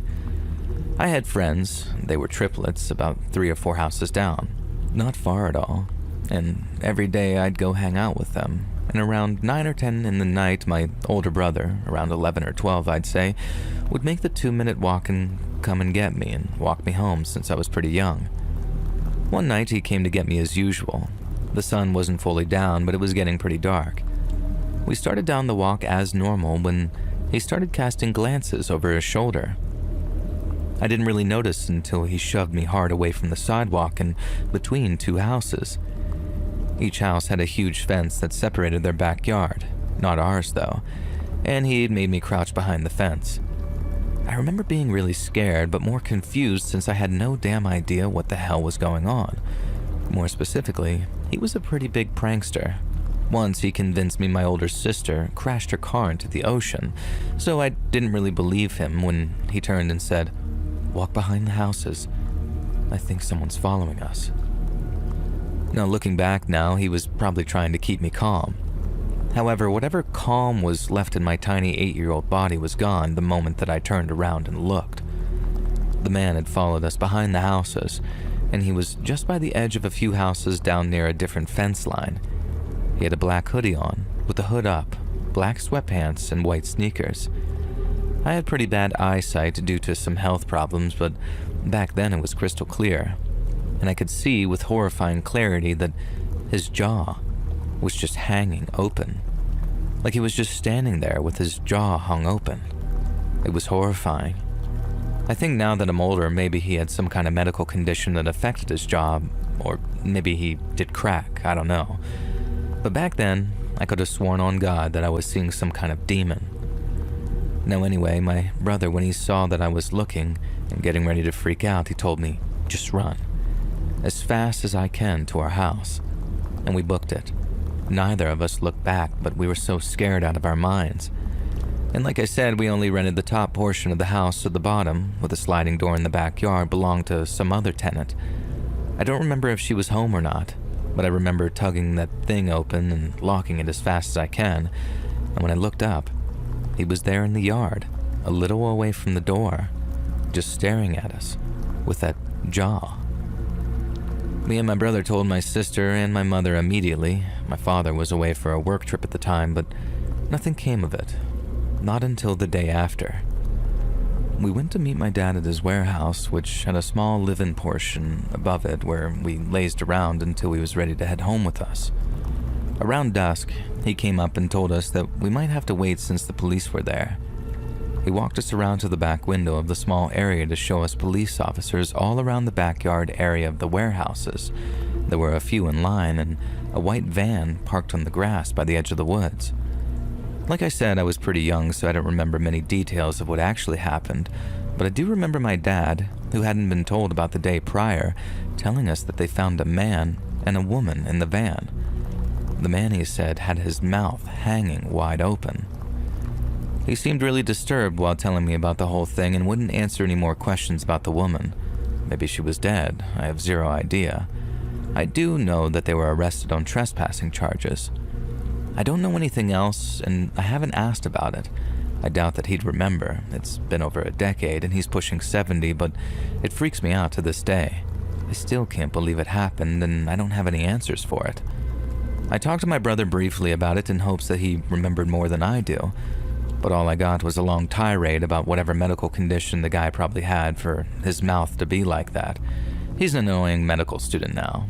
And sometimes I think maybe the guy didn't mean any harm and was just drugged out of his mind, but this was in the world's safest neighborhood and doesn't explain why or how he showed up at my dad's workplace.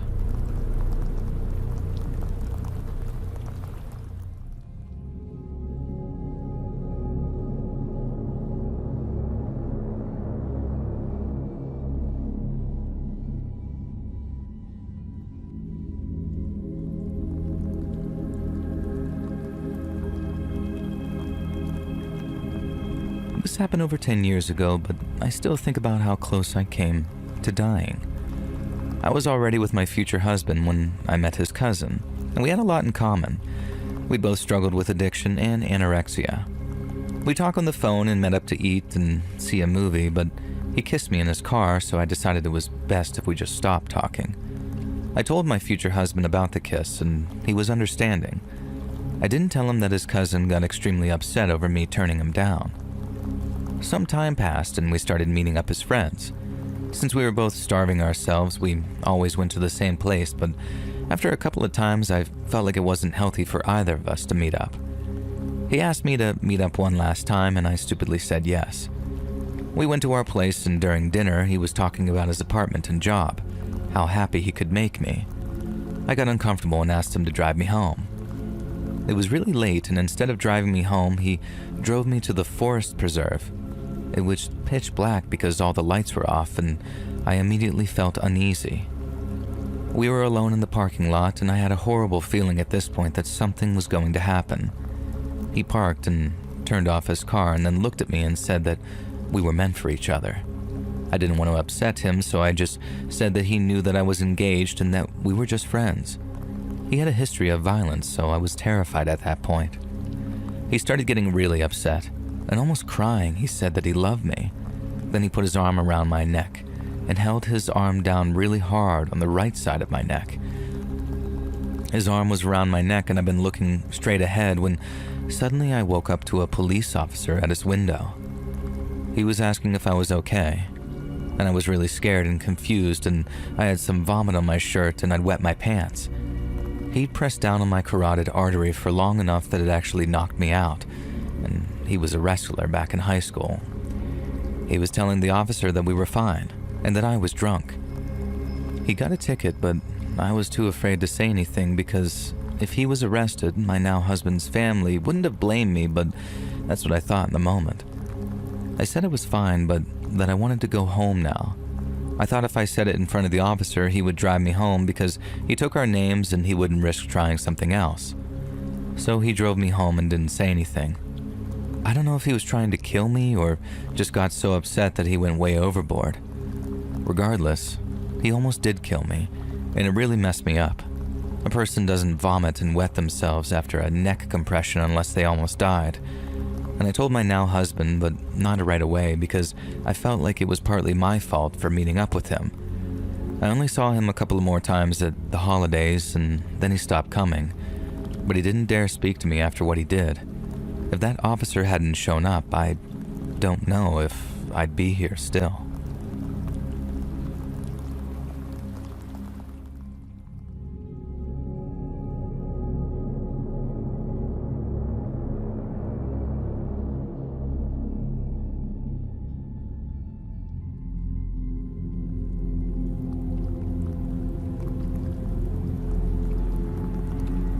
This happened several years ago.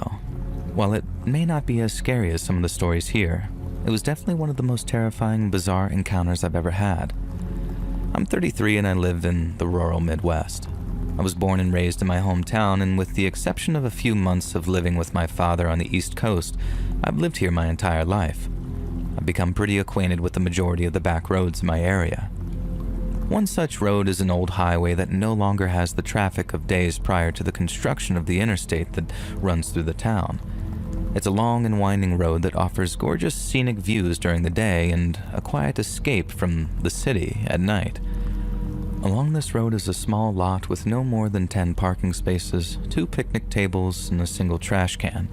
It's easy to miss due to the heavily wooded area surrounding it and the majority of the rest of the drive to it. And due to its secluded nature, it had played host to a fair share of teenage debauchery. I myself spent many a Friday night smoking away with my friends there.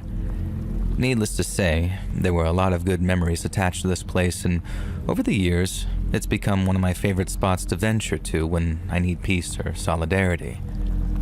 One night, about 5 years ago, my girlfriend and I are going through a rough patch. We had a big fight due to having to work early in the morning and her deciding to have a party full of her loud and intoxicated friends. And things escalated and I stormed out of the house and started driving towards my favorite spot. As soon as I was out of the city limits, I promptly cranked my angriest metal music and sped down the road, chain-smoking my menthols in an effort to calm down until I finally found the turnoff for the spot. I was happy to find no other cars in the lot, meaning that I wouldn't awkwardly stumble upon 2 lovers engaged in, the act. And I immediately jumped out of the car and sat down on one of the picnic tables, lit a cigarette, and stared at the stars. I sat there for several minutes until I decided to head back to the warmth of my car after hearing some rustling coming from the woods. Not wanting to become a chew toy for a coyote or an angry bobcat, I hustled back to my car and blared my music again, quickly forgetting the sounds that I had just heard. I decided to have one more smoke and then make my way home. I smoked it halfway through when, out of nowhere, I heard pounding coming from the passenger side of my car. I looked over to see a large hand beating against the window. I turned down my music that was still blasting, and as I did, I could hear a very angry voice shouting, "Open the door," while yanking on the door handle. Thankfully, my doors were locked, and after a few moments, the man disappeared from the passenger side and then reappeared out of the driver's side window while screaming and cursing at me to open the door. He was now punching my window trying to get in. I was frozen, in a mix of confusion and fear, but eventually snapped out of it and threw the car in reverse. It was so dark that I didn't get a good look at the guy, except for a split second he was illuminated by my headlights. He had a black zip-up hoodie with the hood up, a dark gray t-shirt and a ball cap. He was a stocky guy and had to be well over 6 feet as he towered over my Sonata. The only distinguishing feature that I could make out was a very large, dark beard. And I noped out of there real quick. I floored it across the parking lot and back towards the highway, and that's when I heard it. A loud bang that sounded like a gun. I slammed my foot on the pedal, took the first turn I could find, and once I was sure that no one was following me, I slowed down and realized that I was doing 90 on a gravel road. At the time, one of my best friends worked for a nearby gas station, so I made my way to tell him the whole story. We looked over my car thoroughly and found a couple of dents on top of the car and what looked like a boot print on my passenger door. We talked it over and ultimately decided to not call the police. It was a 20-minute drive to the location from the closest town. We were sure that the guy would most likely be gone by the time anyone got all the way out there. And yes, I realized that was probably ignorant of me in hindsight. I'm still baffled by this encounter. I don't know if this guy wanted to rob me, steal my car, or worse, but I'm glad that I made it home in one piece.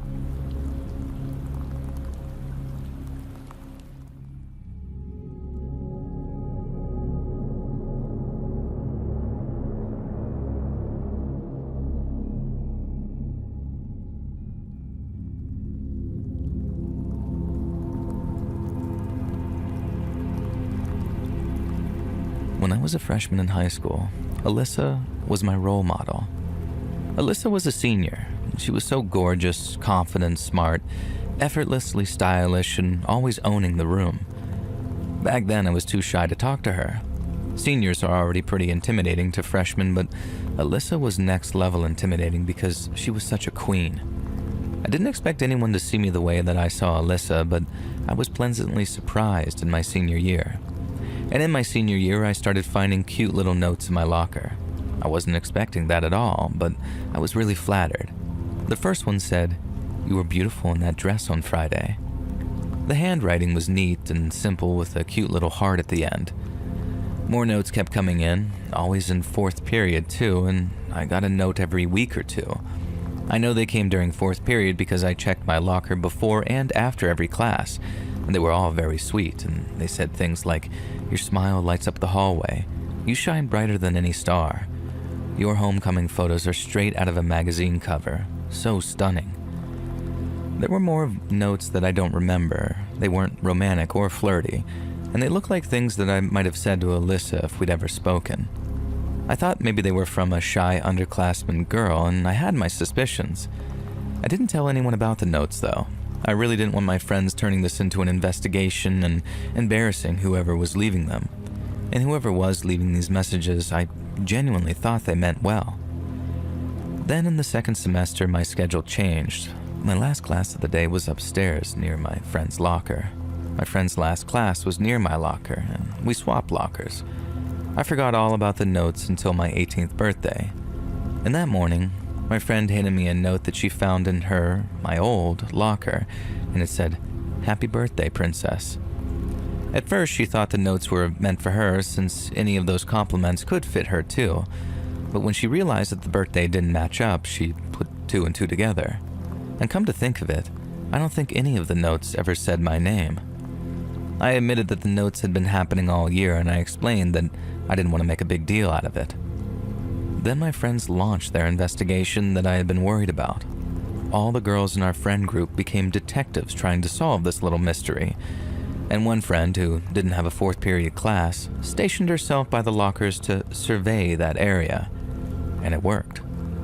The notes weren't from a shy freshman or even from a boy. They were from a janitor, an older woman none of us knew. We all recognized her, but I don't think any of us had ever talked to her. She'd been leaving these notes for several months, watching me closely enough to comment on my outfits, field hockey games, and even what I posted on Facebook. I saw her at the last field hockey game of the season. She sat quietly in the stands. That was the only time that I noticed her watching me, but I have no idea how I didn't notice her watching me before. None of us brought this up to her, and she hadn't done anything technically wrong. But it all felt so unsettling in a way that's very hard to explain.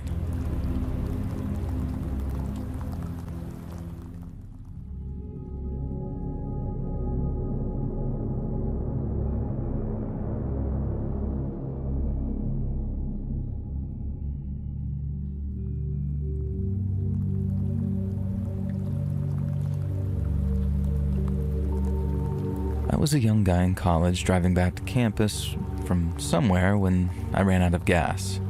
It was getting dark, maybe 6 or 7 p.m. When I realized the gas had run out, I turned off the main street, and then with my car's remaining momentum, I glided until I stopped in front of some random house. I sat in the car, trying to think if there was anyone I knew with a car who had stayed on campus for winter break. No dice. So then I resigned myself to the fact that I needed to walk to the nearest station, fill up the little gas can from my trunk, and walk back. I grabbed the canister, and before I started walking, I leaned on the front of my car and looked up directions. And just then, a woman pulled into the driveway. She was also college age and wearing some sort of server's outfit, like she worked in fast food. And I was parked right out front of her house when she noticed me. She approached, a little hesitant, and asked if I needed help. And I said honestly, yeah, I'd just run out of gas, and according to my phone, we were kind of a far walk from the Chevron. She looked at me like she had just seen a ghost, though. And at first I chalked it up to it getting late, me being a guy and her trying to gauge if I was actually screwing with her. But it really struck me how afraid she suddenly looked. I tried to assure her that I had the gas can and didn't need to go with her or anything, that I could actually pay for it. And she took the can but refused any money. I waited there for a while.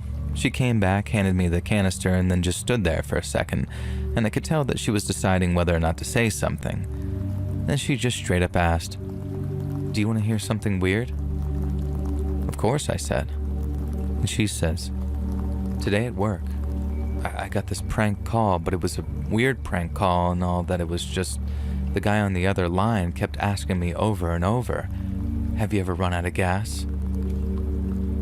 And after she told me, we both just kind of chuckled, not really knowing what to say except thanks and take care. And it genuinely gives me chills every time I think about it.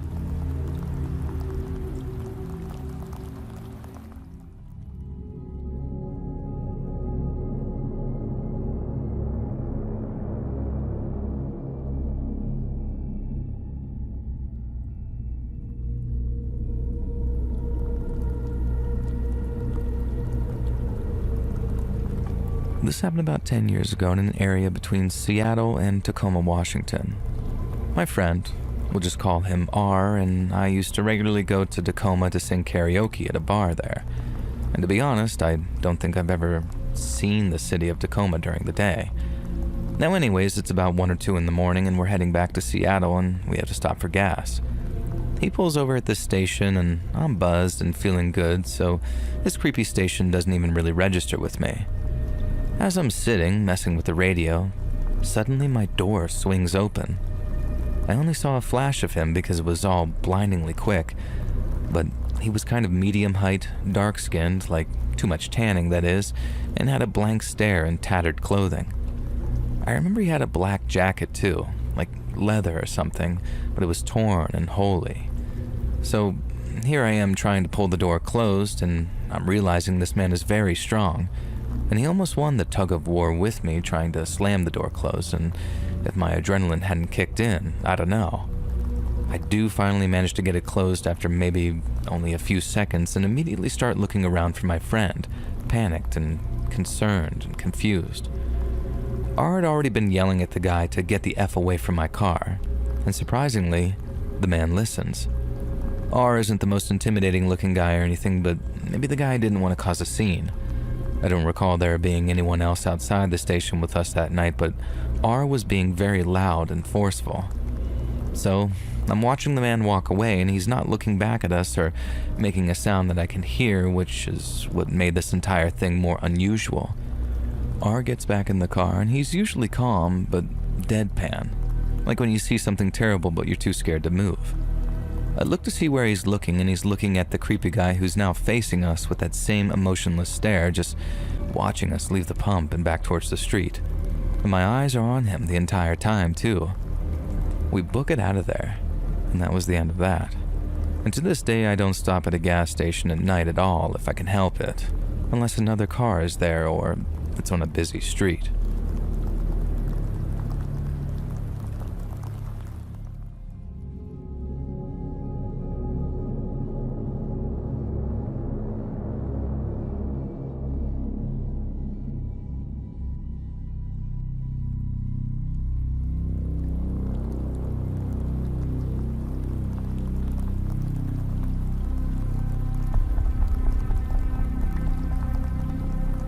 Chad Dable was born on August 11th of 1968 and was raised Mormon in the city of Springville, Utah.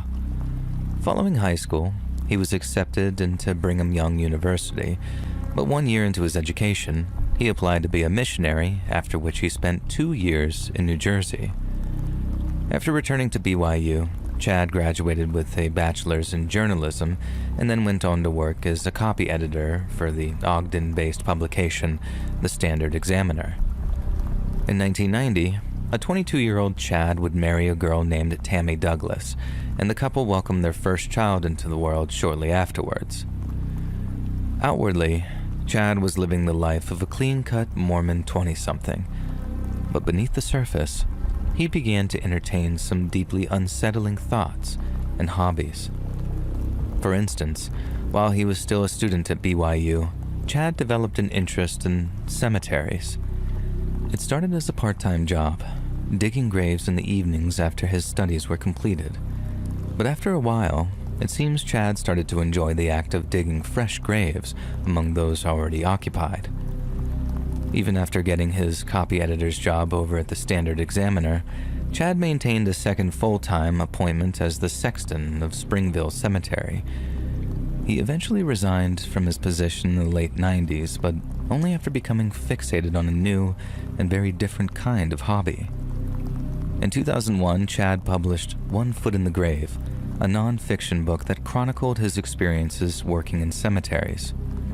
Thanks to a few poignant tracks regarding mourning and mortality, Chad's first serious offering was fairly well received. But then for his second outing, Chad took a radically different direction. He began to write what might be referred to as Mormon end times fiction, stories that depicted apocalyptic situations and dystopian futures.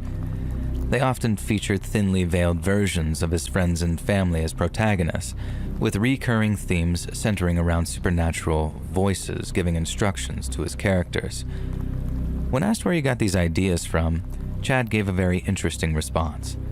In the author's note of one of his novels, Chad explained that suffering not one, but 2 near-death experiences in his life had allowed him to see, and I quote, "beyond the veil." "I don't fictionalize any of the events portrayed in my books," he writes. "I'm really not that creative. My torn veil allows information to be downloaded into my brain from the other side. The scenes that I am shown are real events that will happen." While his claims were well received among certain sections of his audience, many were turned off by Chad's wild claims and wilder plot lines, and by 2009, his readership began to shrink. Chad began catering more and more to the mostly radical Mormon readership that remained, and to supplement his income, he began giving speeches at LDS events concerned with the second coming of Jesus and other such end-time scenarios. Over time, this led to Chad's religious convictions becoming more and more extreme, and by 2011, he was claiming to have visions regarding the end of days. He claimed to see earthquakes so powerful that California and Oregon would sink into the Pacific, along with wars so destructive they'd engulf entire continents. But it wasn't until 2015 that he claimed to hear the voice of God, and apparently, God was telling him to move to Rexburg, Idaho. But right around the same time Chad was driving Tammy and their 5 children over to Idaho, a woman in Texas was opening up one of his books, and her name was Lori Vallow. Born Lori Noreen Cox in Loma Linda, California on June 26th of 1973, Lori was raised Mormon, and by 2015 was married to her fourth husband, Charles Vallow. Having married in 2006, the couple adopted Charles' grandnephew, J.J. Vallow, as the boy's birth parents were unable to care for him, and by all accounts, the marriage was Lori's happiest and most stable to date. But in 2015, when Lori became interested in Chad's Standing in Holy Places series of books, she experienced something of a spiritual reawakening. She became increasingly invested in radical religious beliefs, read dozens of books detailing near-death experiences, and began listening to podcasts hosted by excommunicated Mormons. 3 years later, in October of 2018, Lori attended a Preparing a People event in the state of Utah. One of the speakers was Chad Daybell. Enraptured by his vivid representations of the end times, Lori approached Chad following one of his speeches and reportedly began flirting with him. Chad then told Lori that he believed they'd been married in previous lifetimes, and after exchanging phone numbers, they began a secretive correspondence. Under the guise of maintaining a professional relationship, Chad and Lori made joint appearances on several episodes of the Preparing a People podcast. She claimed to have been captivated by his unique and outspoken beliefs. In reality, the two were conducting a deeply sordid extramarital affair. And over time, a small but deeply fanatical cult formed around Chad and Lori.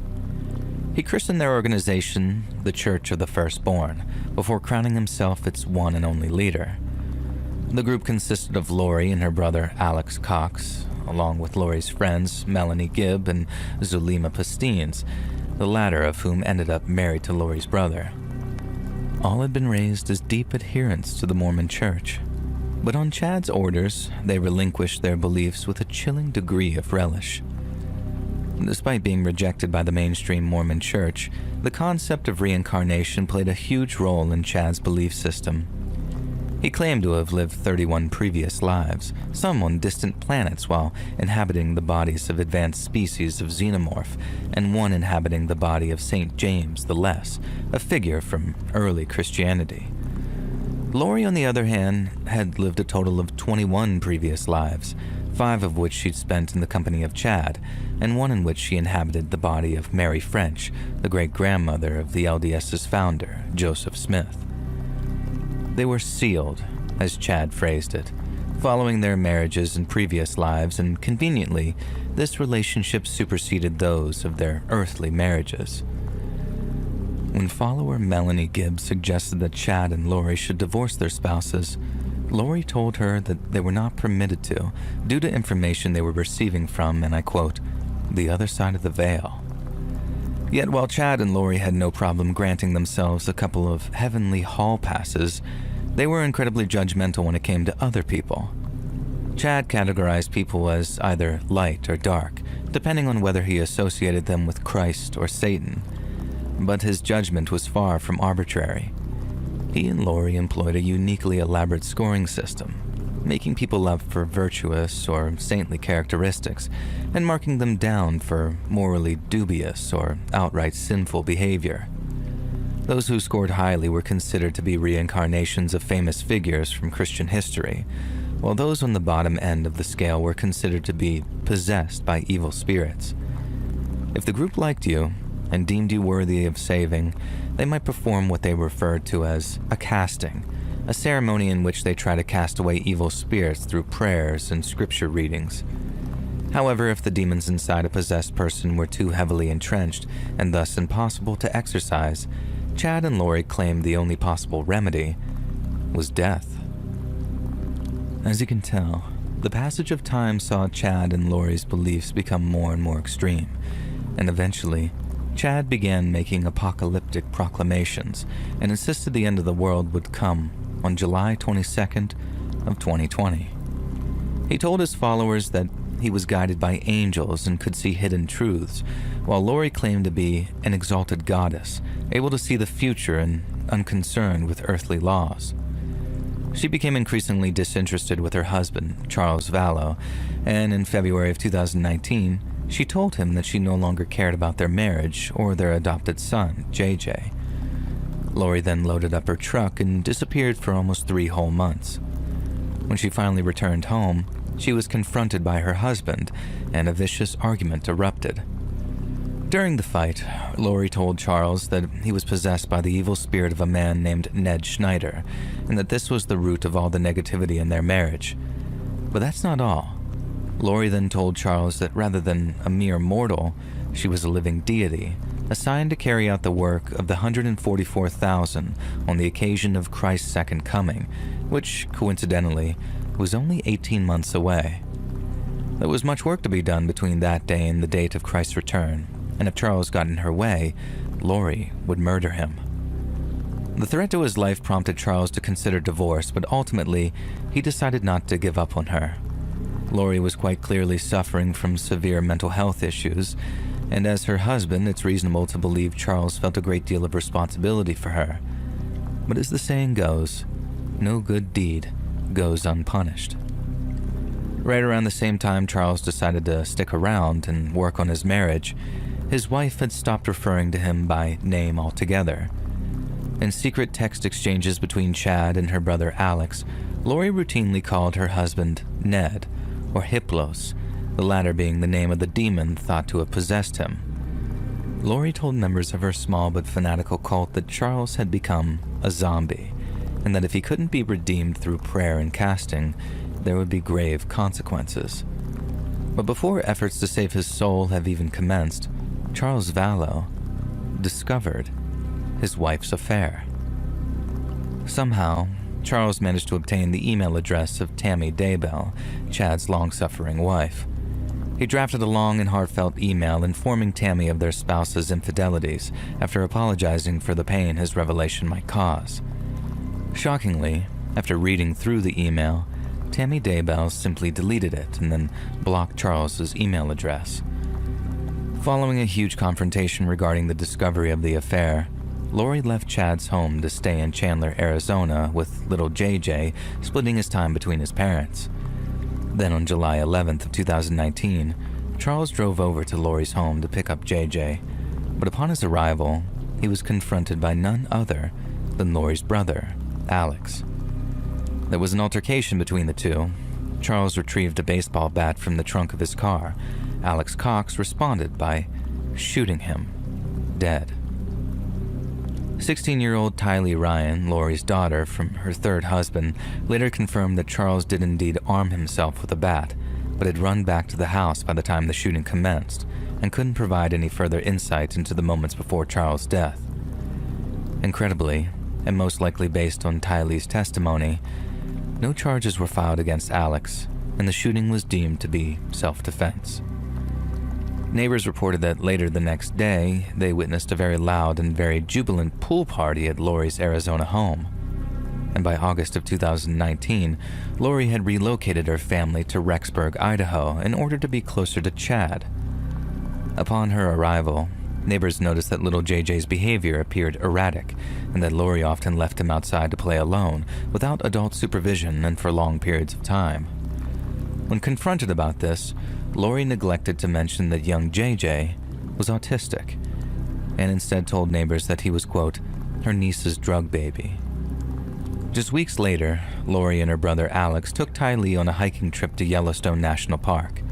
They walked the trails, ate snacks, but when their trip drew to a close, only Lori and Alex climbed back into her truck. Lori would later tell neighbors that Tylee had been accepted into Brigham Young University on some kind of early scholarship program for gifted high schoolers. In reality, no one would ever see Tylee again. A few weeks after the Yellowstone trip, on September 22nd of 2019, Melanie Gibb and her boyfriend, David Warwick, were staying at Lori's home. And in the evening, Warwick saw Alex Cox taking a sleeping JJ upstairs to his bedroom, and this marked the last time anyone would see the boy alive. A few days later, Lori informed Rexburg Elementary School that she would now be homeschooling her adopted son. But the truth was infinitely more disturbing. In October 2019, 2 Venmo payments were made from Tylee's account to her older half-brother, Colby Ryan, with odd messages attached. When he expressed concern towards Tylee via text, he received responses from her cell phone indicating that she was safe, but too busy to talk. Melanie Gibb later said that Lori and Chad were convinced Tylee and JJ were possessed and had become zombies. Zolima Pastenes also testified that Chad had told his followers how, shortly before the little boy's disappearance, young JJ would soon die. But JJ's death was not the only one Chad predicted around this time. He began telling his followers that his wife, Tammy, was in limbo after becoming possessed by a spirit named Viola. Her case was a severe one. If they didn't act soon, she was in danger of becoming a zombie, and that was something which Chad was never going to allow. Right around the same time Colby Ryan was receiving Venmo payments from his dead sister, Tammy Daybell returned home from an errand, parked in her driveway, and stepped out of her car. A masked man stepped out from the shadows, aimed an assault rifle at her, then pulled the trigger.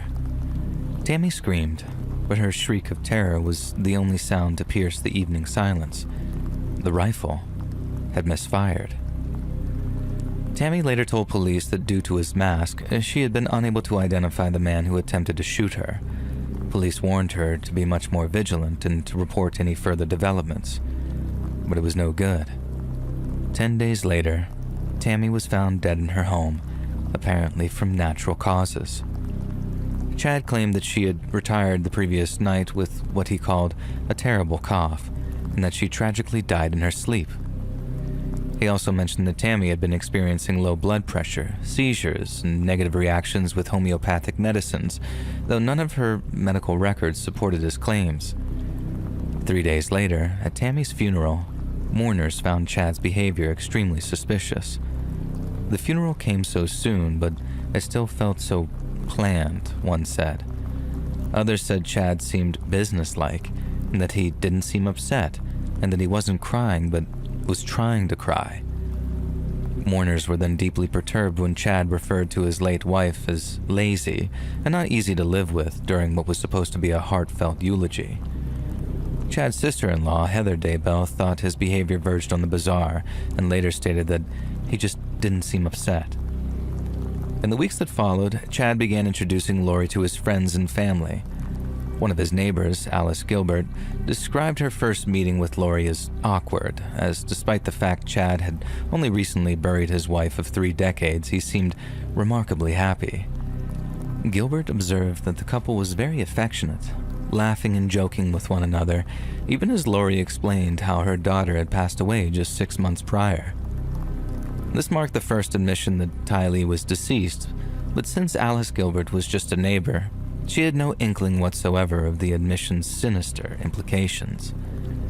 Despite the cryptic hints at their terrible crimes, Chad and Lori played the role of a happy, wholesome Mormon couple who had bonded over personal tragedy. But by late November, their masks were beginning to slip. On November 26th of 2019, police visited Lori's Rexburg townhouse at the request of Kay Vallow, sister of the recently deceased Charles Vallow. She hadn't heard from little JJ for weeks and was beginning to grow concerned, and so on the afternoon of the 26th, 2 Rexburg police officers stopped by Lori's home. There, they found Chad Daybell and Alex Cox, who informed them that while Lori wasn't home, they were more than happy to answer any questions the officers might have. When asked where JJ was, Alex Cox claimed that he was with his paternal grandmother, Kay Vallow, the same woman who had called in the welfare check to begin with. Officers knew that he was lying, but played along before asking Chad where Lori was. Chad replied that he, quote, hardly knew Lori and was only present at her home because he was a friend of Alex. Again, that was demonstrably false. Marriage licenses are a matter of public record, and seeing as Chad and Lori had gotten hitched in Hawaii just weeks prior, the cops knew that he was lying too. When they eventually got in touch with Lori, she too provided the police with easily disprovable information. She claimed JJ was staying with Melanie Gibb in Arizona. One phone call was all it took to prove this was a lie. Chad and Lori might have made grave mistakes in lying to the police, but they weren't entirely moronic. They knew the game was up, and just hours after police came to question them, they loaded up a truck with their belongings and fled to Hawaii. Right around the same time Chad and Lori were moving into a rental home on the island of Kauai, police officers were conducting thorough searches of their homes. Days later, the Rexburg Police Department officially pronounced JJ and Tylee as missing persons and asked for the public's assistance in locating them. Police also announced that Chad and Lori were persons of interest following their prompt departure from the mainland United States, and that the children's disappearance might well be linked to the suspicious death of Chad's late wife, Tammy. As interest in the case grew, so did the amount of media attention it received, and before long, news networks all over the country were broadcasting interviews with people who described the errant couple's beliefs as frightening, disturbed, and cult-like. Incredibly, Chad and Lori released a statement through their attorney on December 23rd of 2019. An extract from the statement reads as follows. Chad Daybell was a loving husband, and he has the support of his children in this matter, while Lori is a devoted mother who resents assertions to the contrary. All false allegations will be addressed once we have moved beyond speculation and rumor. Their statement was met with a response in early 2020 when a collection of the couple's relatives issued a public message begging Lori and Chad return the children. They announced a reward of $20,000 being offered to anyone who either returned the missing children or shared information directly contributing to their return. Weeks later, on January 25th of 2020, Lori and Chad were located in Kauai and were handed a court order requiring Lori to physically produce Tylee and JJ at the Idaho Department of Welfare within the next 5 days. The next day, police seized the couple's rental car and searched their rental townhome in Princeville. Both Tylee's debit card and JJ's iPad were recovered. Just hours after their Princeville home was searched, the Daybells were confronted by an East Idaho news reporter named Nate Eaton. Eaton asked them where the children were. Chad and Lori refused to answer.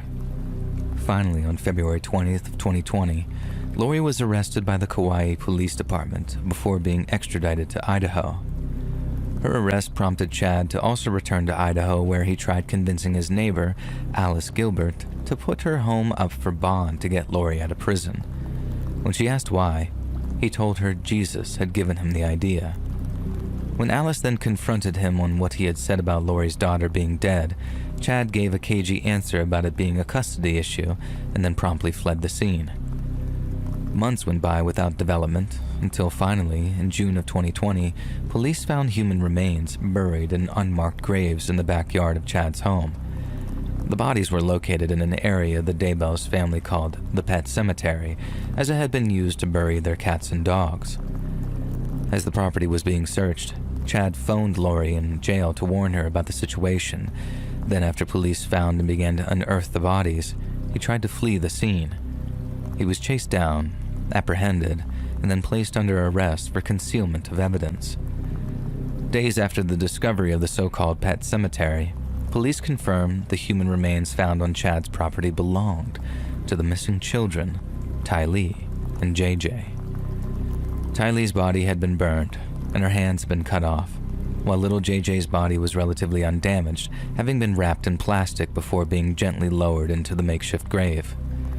However, unlike JJ, Tylee's remains had not been treated with such reverence.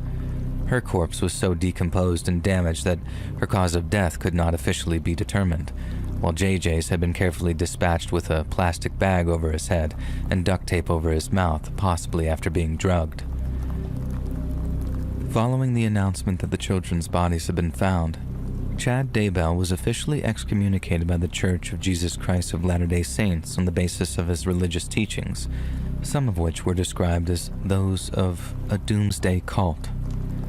At the trials, Lori was found guilty of the murder of her children.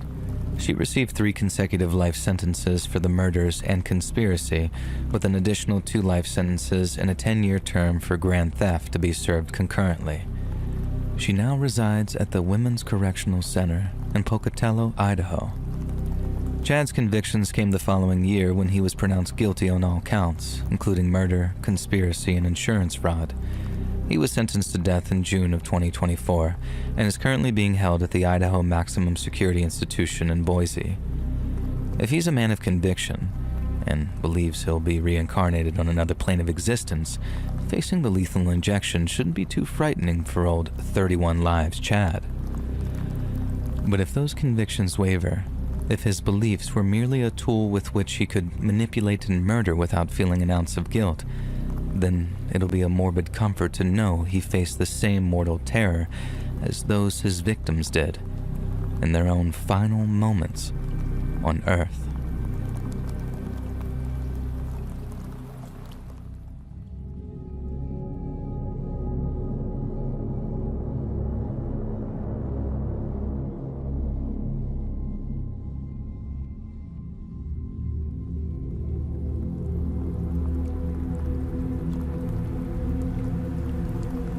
What feels like a lifetime ago, I decided to go visit a friend living in San Francisco, which involved driving just over 1,000 miles from our hometown of Montrose, Colorado.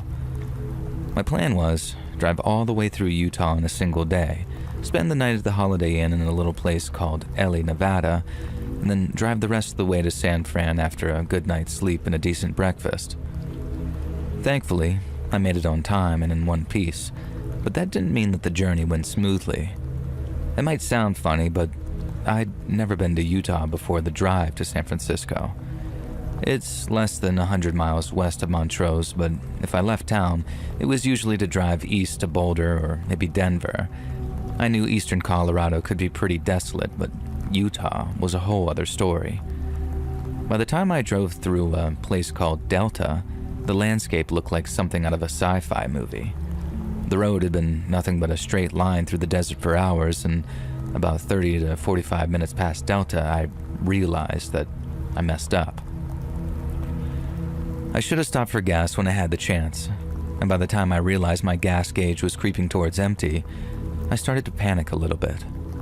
The last thing I wanted was to be stranded in the middle of nowhere, so you can imagine my relief when I suddenly saw a sign up ahead.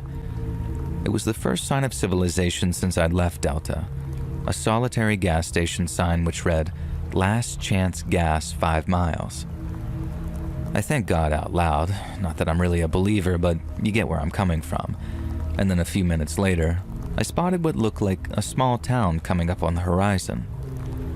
It sort of clung to the highway, this cluster of dilapidated buildings with peeling paint and broken windows. Not the nicest place I'd ever seen, but it was a very welcome sight. Gravel crunched under my tires as I pulled into the station, and there was no one at the pumps, no cars in sight, and no sign of life from the small store attached to the station. When I turned off the engine, I was suddenly struck by how quiet everything was. I glanced around and saw the town was eerily still. People talk about sleepy desert towns, but I remember thinking, sleepy? This place is in a goddamned coma. Approaching the gas pump, I noticed it was of an old model, the kind that you don't really see anymore. The nozzle felt heavy, and the kind of heavy where it feels like it was designed to just last forever. But when I tried to pump gas, there was just no flow. I shook it, gave it a tap against the pump, hoping that that might fix it, but there was nothing.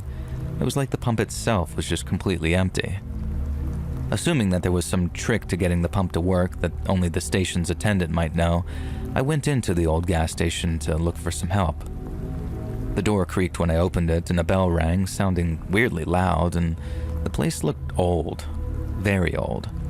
Snacks on the shelves were vintage, like those bright, colorful candies from like decades ago, and the cash register was almost from another era, all metal, very heavy with just huge buttons. And the posters on the walls were very faded, showing promotions for movies and events from probably all the way back in 2001. And when I got there, this was, I think, the fall of 2009. I called out hello, but my voice just echoed back at me and no one seemed to answer. On the counter, there was an old newspaper from 8 years ago talking about some kind of festival, and the calendar behind the counter was stuck on the same date as that newspaper, still showing June 2001.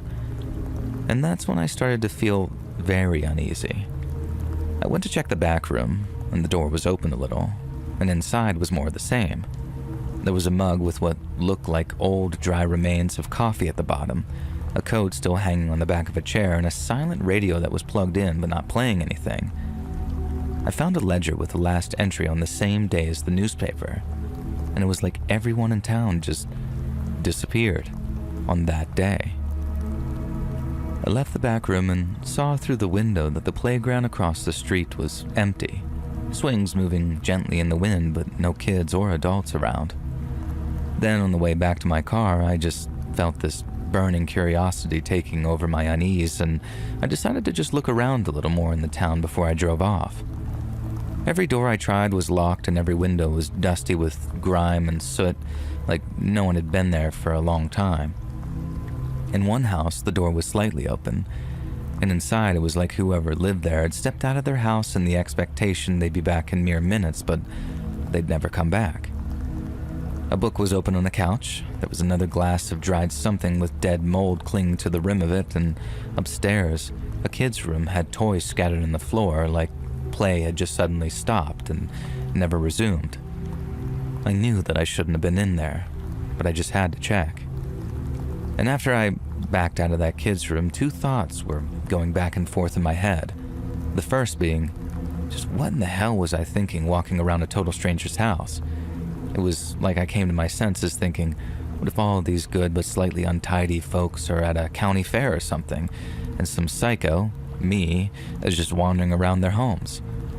I also appreciate how in denial that sounds, but never underestimate the mind's ability to try and rationalize things in favor of going into complete fight or flight mode. But the second thought was more in lines with, okay, I'm pretty sure something bad happened to these people, and if I don't get the hell out of here, whatever happened to them is going to happen to me too. And I hurried back to my car, feeling like I really shouldn't be there now, but also with that horrible feeling that someone was watching me, even though I was 99% sure the place was completely abandoned. In my car, I tried my phone, really didn't have any reception, and next I actually tried the radio, and it was just crappy static. I mean, I guess we technically were in like a dead zone out there. As I started the car, I was worried that I was going to run out of gas and end up stranded in the middle of nowhere. But that place had me so unsettled that it seemed worth the risk. If I got stranded, it'd suck, but it was damn sure preferable to staying in that place for even a minute longer. And thankfully, I had just enough gas to make it to cross the state line and actually make it to Ellie. But by the time I rolled into Chevron, I'm not even exaggerating when I said I was running on fumes. As I filled up my car, I noticed that I had some bars finally on my phone, but since I didn't want to use it at the gas station, they still had signs up back then saying, "Please do not use your cell phone." And I went inside to ask the clerk if I could use their phone instead, which would also give me the chance to ask them about that abandoned town. The clerk seemed to have no idea what I was talking about, but that didn't really surprise me, I suppose. What did was how matter-of-fact the deputy sheriff was when I called his office back in Utah. The clerk knew enough to know that I must have come through Millard County if I'd been on Route 50, so I knew I had the right people when I called them up after looking through the phone book. The first deputy I talked to knew what I was talking about and knew the place. They called it Millburg, that it had been abandoned for a number of years, and he just really didn't know why, I guess. I then asked if I could talk to someone higher up, and he put me on the phone with the deputy sheriff who, like I said, was very open about some things. He just wasn't so open about others. When I told him about the abandoned town, he actually gave me a little chuckle as he was like, "Oh yeah, you must have stopped in Millburg. The place has been empty for years now." He told me I had nothing to worry about, and despite it looking very creepy, there was nothing sinister about the place at all. More like, the place had been scheduled for demolition for a few years, but the people who bought the land couldn't get permits. So, till they did, Millard County had its very own ghost town, one that even attracted the odd tourists who actually enjoyed getting the willies from being in an abandoned place like Millburg. And I'll be honest, the sheriff's answer was actually very reassuring, and I felt kind of silly for having worked myself up into a minor freakout over it. But then, just before we were about to end that call, I asked the sheriff why Millburg had been abandoned. And he paused and then asked me, "You some kind of reporter?"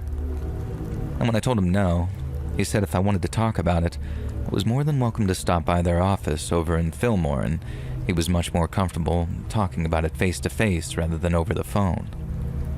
Now call me paranoid, but I think that was sort of like a bluff or something. I think he was counting on me to not stop by the office to talk about this, and he was kind of right because I didn't. I kept going towards San Francisco, and was only like an hour or so later than my schedule, so like I said at the start, I made it in one piece and on time. But it was majorly on my mind for the rest of that day, and my friends and I, who I'd driven all the way out there to see, had a long talk about it that evening, and it amounted to this. My friends basically said that yeah, something bad probably did happen out there in Millburg, but that it wasn't something I should be fixating on. The right authorities seemed to be on top of it, and no wonder the deputy sheriff was cautious of reporters. He'd probably been burned in the past after some loose talk made it into the papers, and my friend thought it was basically a case of my imagination getting the better of me after having stopped somewhere that I shouldn't have. I mentioned the fact that if I have stopped in Delta for gas like I was supposed to, I'd have just rolled through Millburg like it was any other town, and it wouldn't have been on my mind like it was. My friend then told me to live in that reality, pretend that I'd never even seen Millburg, because when it comes to events where whole towns disappear, sometimes ignorance truly is bliss. That helped me keep Millburg off my mind for a couple of days, but obviously when the trip drew to an end, I had to drive back the way I came. I considered taking a diversion and stopping in Fillmore to see if I could talk to the deputy sheriff again, but then I was reminded of what my friend told me, and after making sure that I had enough gas, I floored it after seeing Millburg in the distance, zooming through that town in barely 2 or 3 seconds, and I didn't look back, not even for a second.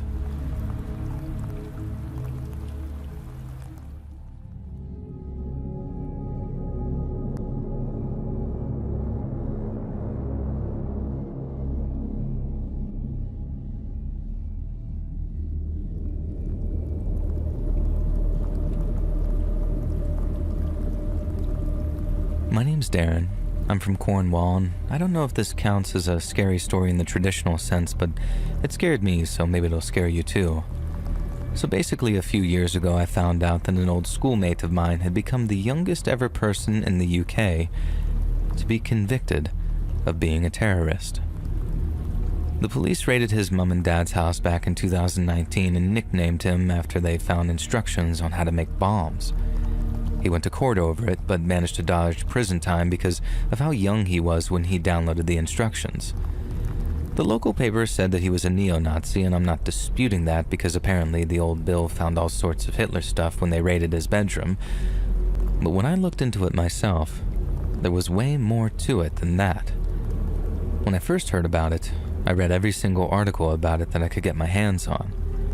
I used to be dead pally with the guy back in year 7 and year 8, and seemed like an alright kid back then. But then apparently after I moved schools at the start of year 9, he took a drastic turn for the worse.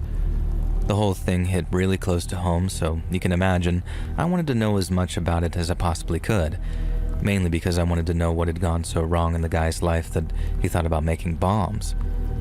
And that's how I discovered, while reading one online article, that my old pal had been visiting the website of a group known as O9A.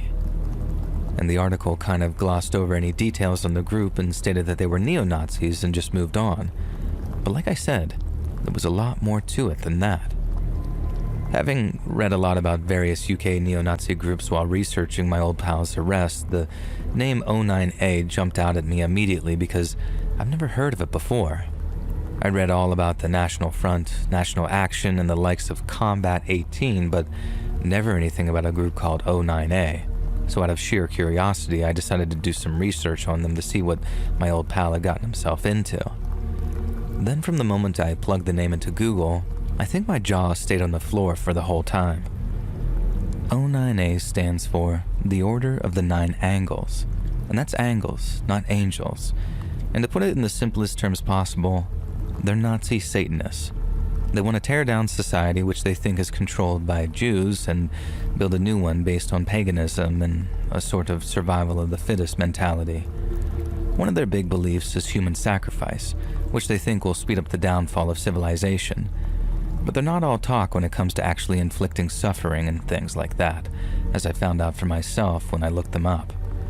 In the summer of 1997, 2 Swedish members of the 09A committed the Keelers Park murder, which was where those 2 blokes tried to ritually sacrifice an Algerian man. Then in 2019, an American soldier was found out to be a member of the Order of the Nine Angles and was planning on kidnapping and killing his fellow soldiers in the name of Satan. I know you're probably thinking, okay, I was with you till you tried making out that there's satanic terrorists in the US Army, but please, if you think I'm trying to mess with you, then look it up. The fella's name is Ethan Melzer, and there's a bloody New York Times article about the whole thing. And this is legit, not just some stupid creepypasta. The year after that, another soldier was found to be a member of 09A, only this was a member of a group within the 09A called, and you might want to spell this out instead of saying it so you don't get in trouble, the RAPE Waffen. The group of scumbags hatched the idea of violating white girls and getting them pregnant from it so that more white babies would be born. Like I said, my jaw is resting firmly on the floor by this point as I was reading stuff like that, and because it legitimately sounds like badly written blue hair fan fiction, I had to stop and look all this up as I was reading it, only to find out that, yeah, it was all true. Another one that sounded too insane to be true was the story about another member of the Order of Nine Angles, whose name I've got handy, but I don't know that you want to edit it out, but he's named Luke Austin Lane. He and his 2 mates were caught planning the murder of some Antifa couple. And yeah, I'm no fan of Antifa, but this bloke was actually planning on killing this couple's kids in front of them before finishing them off in turn. They're kids, man. What kind of scumbag deliberately executes innocent kids like that? And I just couldn't believe what I was reading, but it kept going. To prepare for the murders, Luke Lane and his mates killed a sheep, drank its blood, and then took a lot of LSD or mushrooms or something to go on a sort of spiritual journey. I read another thing about a bloke in Canada who killed a Muslim guy, and then I think he stabbed some Sikh fella, and then when he was caught, boom, police found out that he was a member of 09A. And there are loads more satanic murders like that, mainly in Scandinavia and Eastern Europe, and they're all connected to what is literally a satanic terrorist group. But to be honest, that's not even the half of it, because if you look up all the stuff that the Order's members are involved in, you start seeing this same sick pattern playing out over and over again. Excluding 2018, every single year for the past 7 years, a member of the Order of the Nine Angles had been arrested and convicted of being a child abuser, be that through having material on their hard drives or actually doing disgusting things themselves. Most of these incidents have been in the UK, but as of 2021, they've spread to America and Sweden too. But then, as much as you might think that these dudes are just straight up creeps, and hear me out about this one, I don't think that's necessarily the case. The Order of the Nine Angles has these 2 documents about human sacrifices. One's called A Gift for the Prince, and the other is called Calling, A Guide to Sacrifice.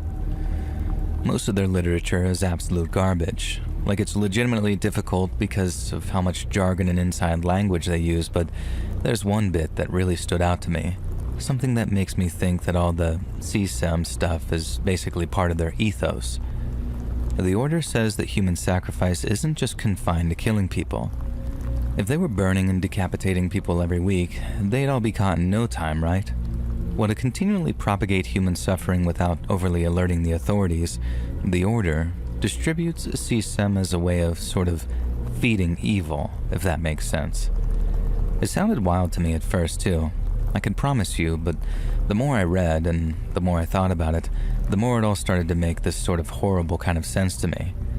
The kids involved in this, it's them that are being sacrificed, and by distributing the images of them being abused, the Order of the Nine Angles is able to sacrifice them over and over again while corrupting other people in the process.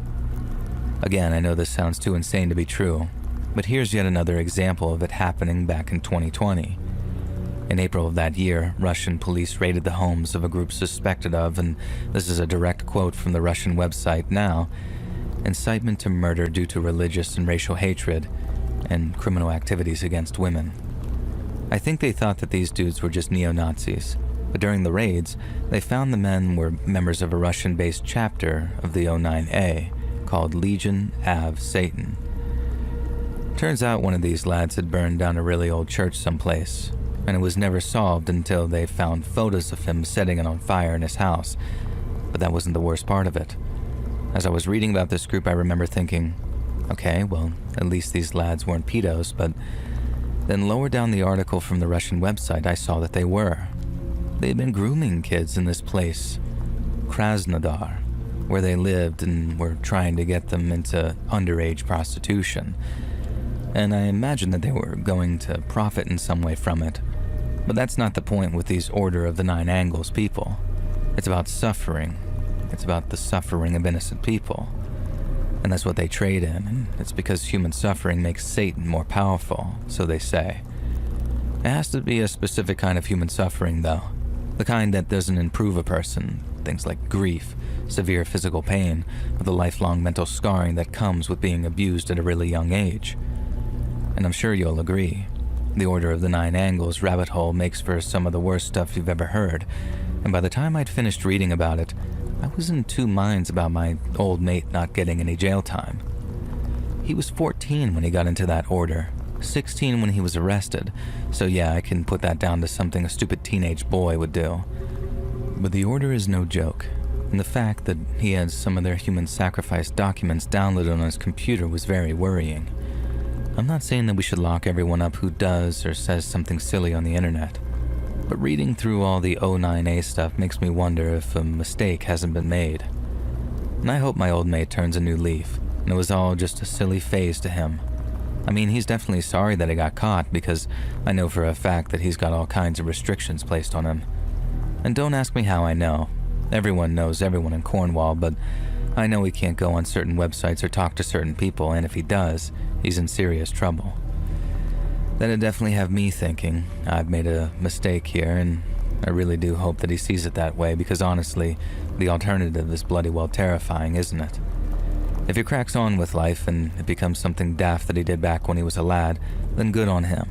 But if not, well, I imagine I'll be reading about him at some point in the future, for whatever terrible thing that he does, in the name of the devil.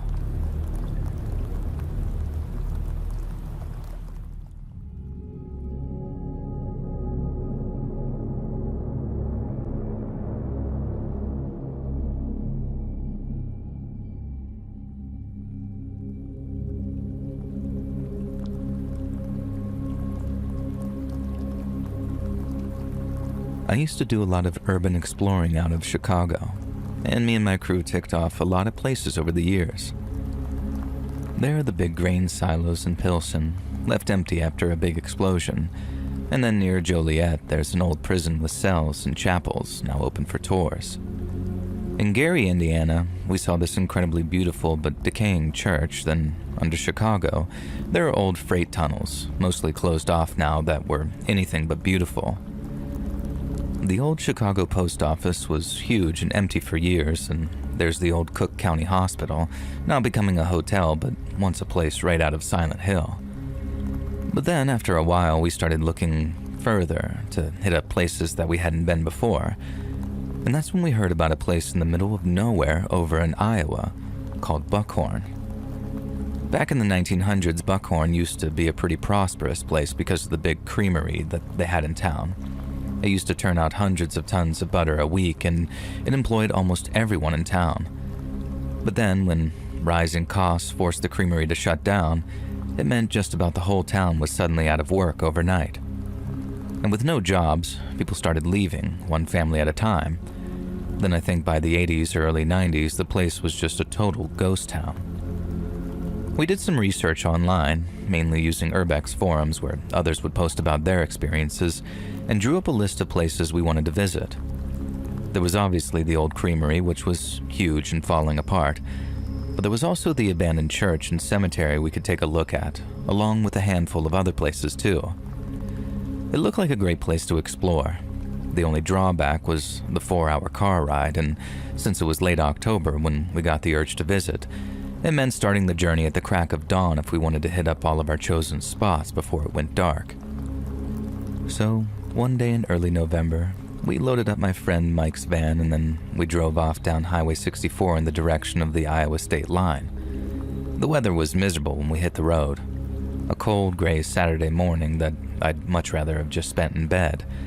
But honestly, urbex when the weather is nice feels kind of odd, and no filter in existence makes a place feel gloomier or creepier than a naturally overcast sky.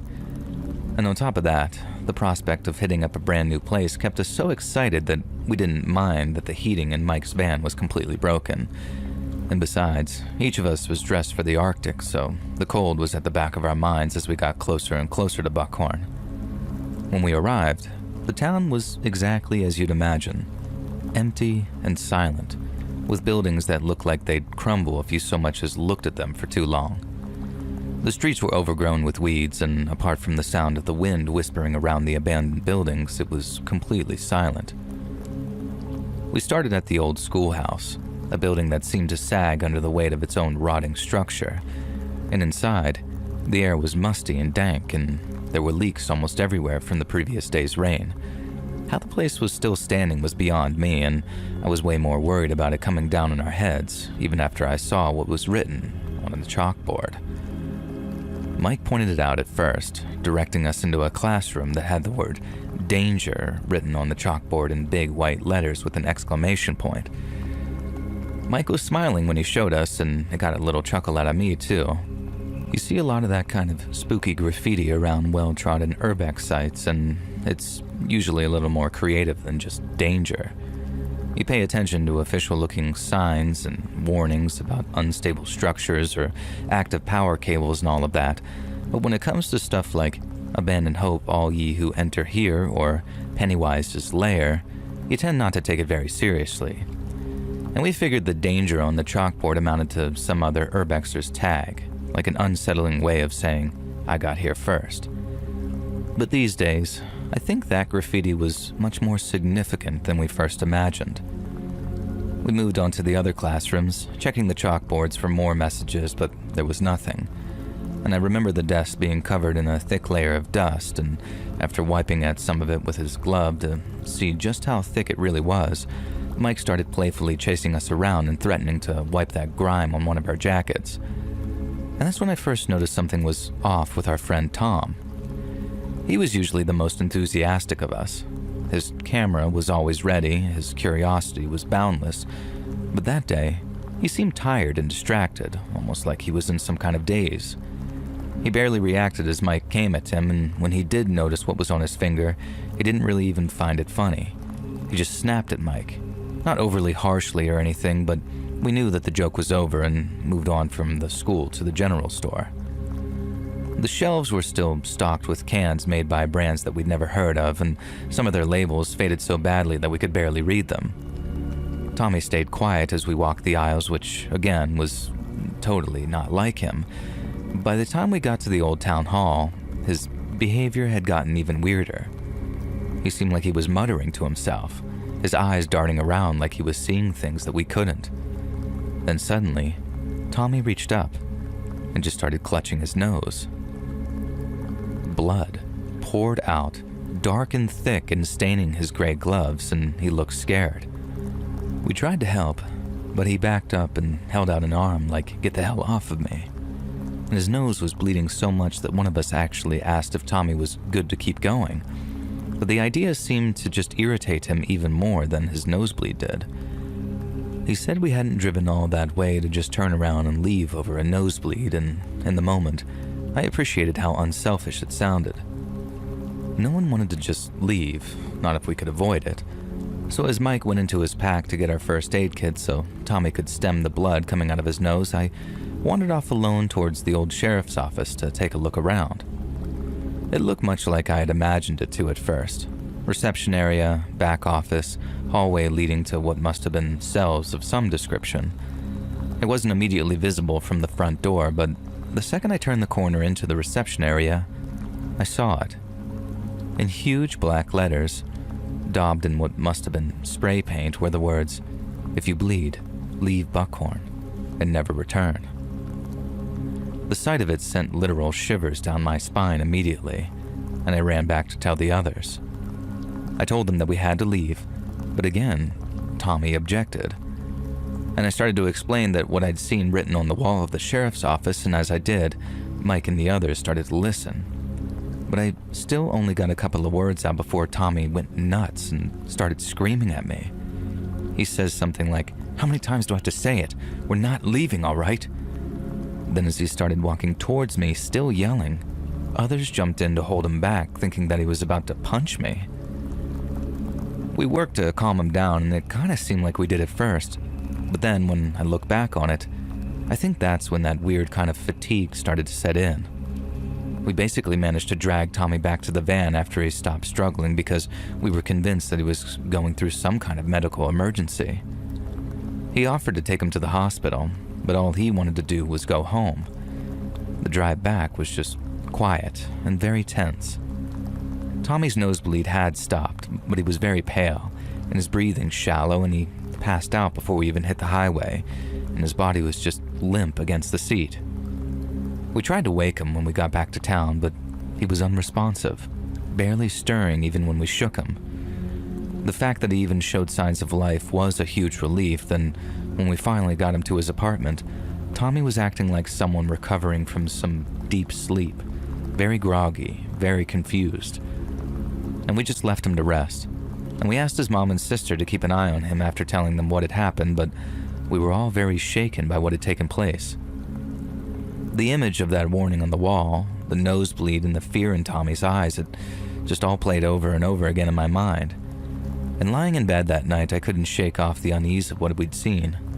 Why did Tommy react that way? And what was it either in or about Buckhorn that made him act like that?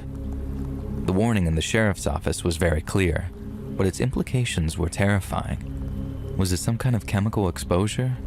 And if so, why was it only Tommy who reacted that way? I thought about the stories that I'd heard of Buckhorn, tales of that town that once thrived but fell due to reasons that were never quite clear. And I'd read about the creamery shutting down, but it didn't occur to me until then that it didn't say why the creamery was shut down in any of the posts that I'd read. Some spoke of economic downfall, but there was nothing about a mysterious illness or any other kind of unexplained events that led to its abandonment. The next day, I did some research, but found nothing that could really explain what had happened to him. There were no records of toxic spills, no known unusual occurrences officially documented, yet the physical and psychological impact on Tom was undeniable, and we all saw it. It scared the hell out of us. He was the only one who bled and the only one who started acting strange like that, or at least strange in a way that we could see and recognize. I wrote this down not because I'm good with words, but because I need to warn others. If you ever hear about Buckhorn, if someone suggests a reason to visit, just don't. Stay the hell away from that place. Whatever's there isn't just the ghost of the past, it's something that can reach out and touch you and make you bleed, make you lose yourself. My friend has recovered, but honestly, you might pay a very high price uncovering whatever secrets that place holds.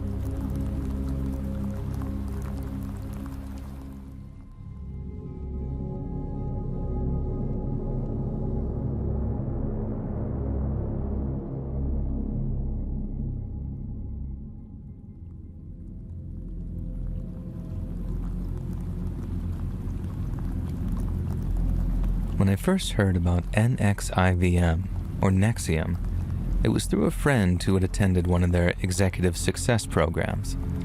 She spoke glowingly about the personal development courses, the community, and how the teachings had changed her life.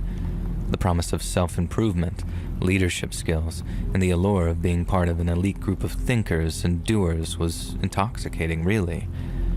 I was at a point in my life where I felt directionless and eager for something that could provide both purpose and community.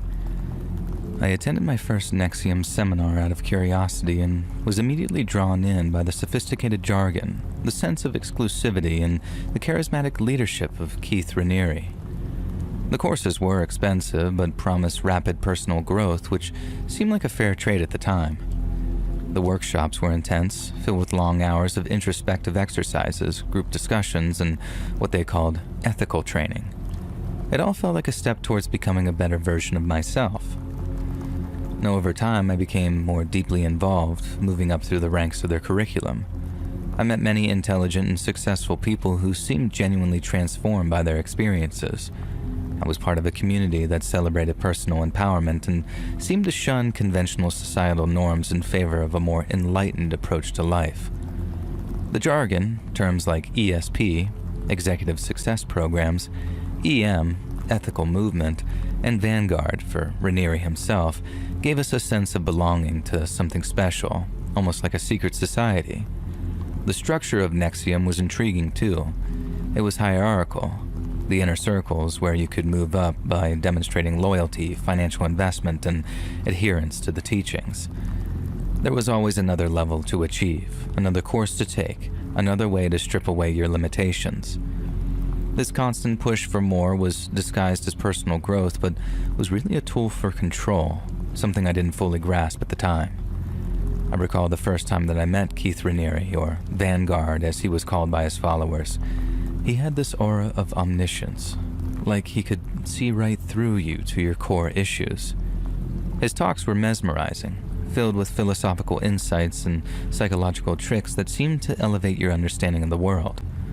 But looking back, they were also manipulative, designed to make you doubt yourself and rely on his guidance, and my perception only really began to shift when I was invited to join what was described as an even more elite group within NXIVM, called DOS. I was told it was a sorority for women committed to deeper levels of personal discipline and empowerment, led by women for women.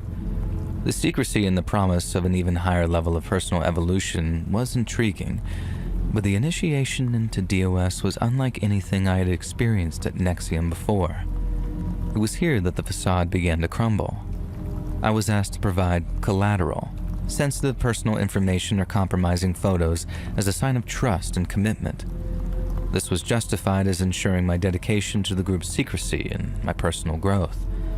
The discomfort was immediate, but it was too deep in the NXIVM mindset to see it for what it was at first. The revelation came when I learned about the branding ceremony. Women weren't just committed to a group, they were being branded with a symbol that, unbeknownst to them at the time, was a combination of Keith Raniere's and his partner Allison Mack's initials. The branding was done under the guise of a sisterhood ritual, but the reality was far more sinister. It was a sign of ownership, a mark of slavery. I was horrified. The realization that what I thought was an empowerment group was actually a front for a master-slave dynamic, and it was shattering. Women were expected to follow commands from their masters, which included intimate servitude, extreme dieting, and absolute obedience. The women were not just controlled, they were manipulated into believing that they were in control of their choices while being stripped away of their agency. The cognitive dissonance was overwhelming. Here I was, thinking I was part of a movement towards enlightenment, only to find out that I was on the brink of being drawn into a cult where human rights were being egregiously violated. I felt betrayed, not just by the leaders, but by the system that I had begun to trust so deeply. And what made it even more chilling was the realization that many of the women in DOS were not just victims, but also enforcers of this system. They had been indoctrinated into believing that this was part of a noble cause, and their own status within the hierarchy depended on how well they could control others. This created a cycle of abuse where victims became victimizers, all under the banner of personal growth. And my exit from NXIVM was not easy. The psychological grip was strong, and there was the ever-looming threat of my collateral being exposed. But I managed to leave, thanks in part to supportive friends outside the organization who helped me see the reality of my situation. The aftermath was a period of intense reflection and recovery. I had to rebuild my sense of self, my trust in others, and understand how I had been so thoroughly deceived. This experience left a very profound impact on me. It taught me to be wary of where the path to self-improvement might lead, especially when it demands secrecy, blind loyalty, and the surrender of personal autonomy. It was a harsh lesson in the importance of critical thinking and the dangers of charismatic leadership unchecked by accountability. Looking back, I see how NXIVM used the guise of power to exploit vulnerabilities and manipulate minds, even control lives.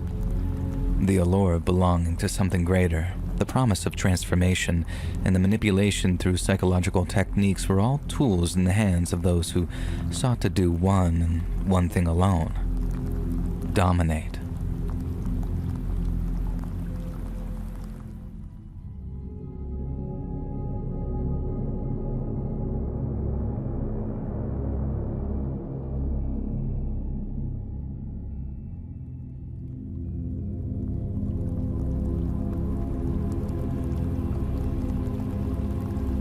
On May 20th of 1999, the South Australian police were investigating a missing persons case linked to the city of Adelaide when they received a tip from an informant.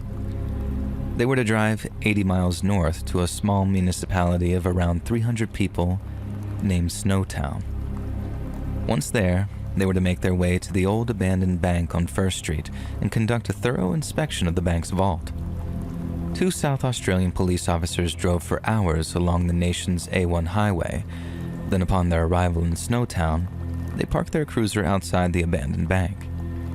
After gaining access to the secure structure and with their flashlights at the ready, the 2 officers crept down dark and dusty hallways until they reached the bank's vault. There, they found the large steel door had been left ajar. Then after pulling it open, they discovered half a dozen large plastic barrels.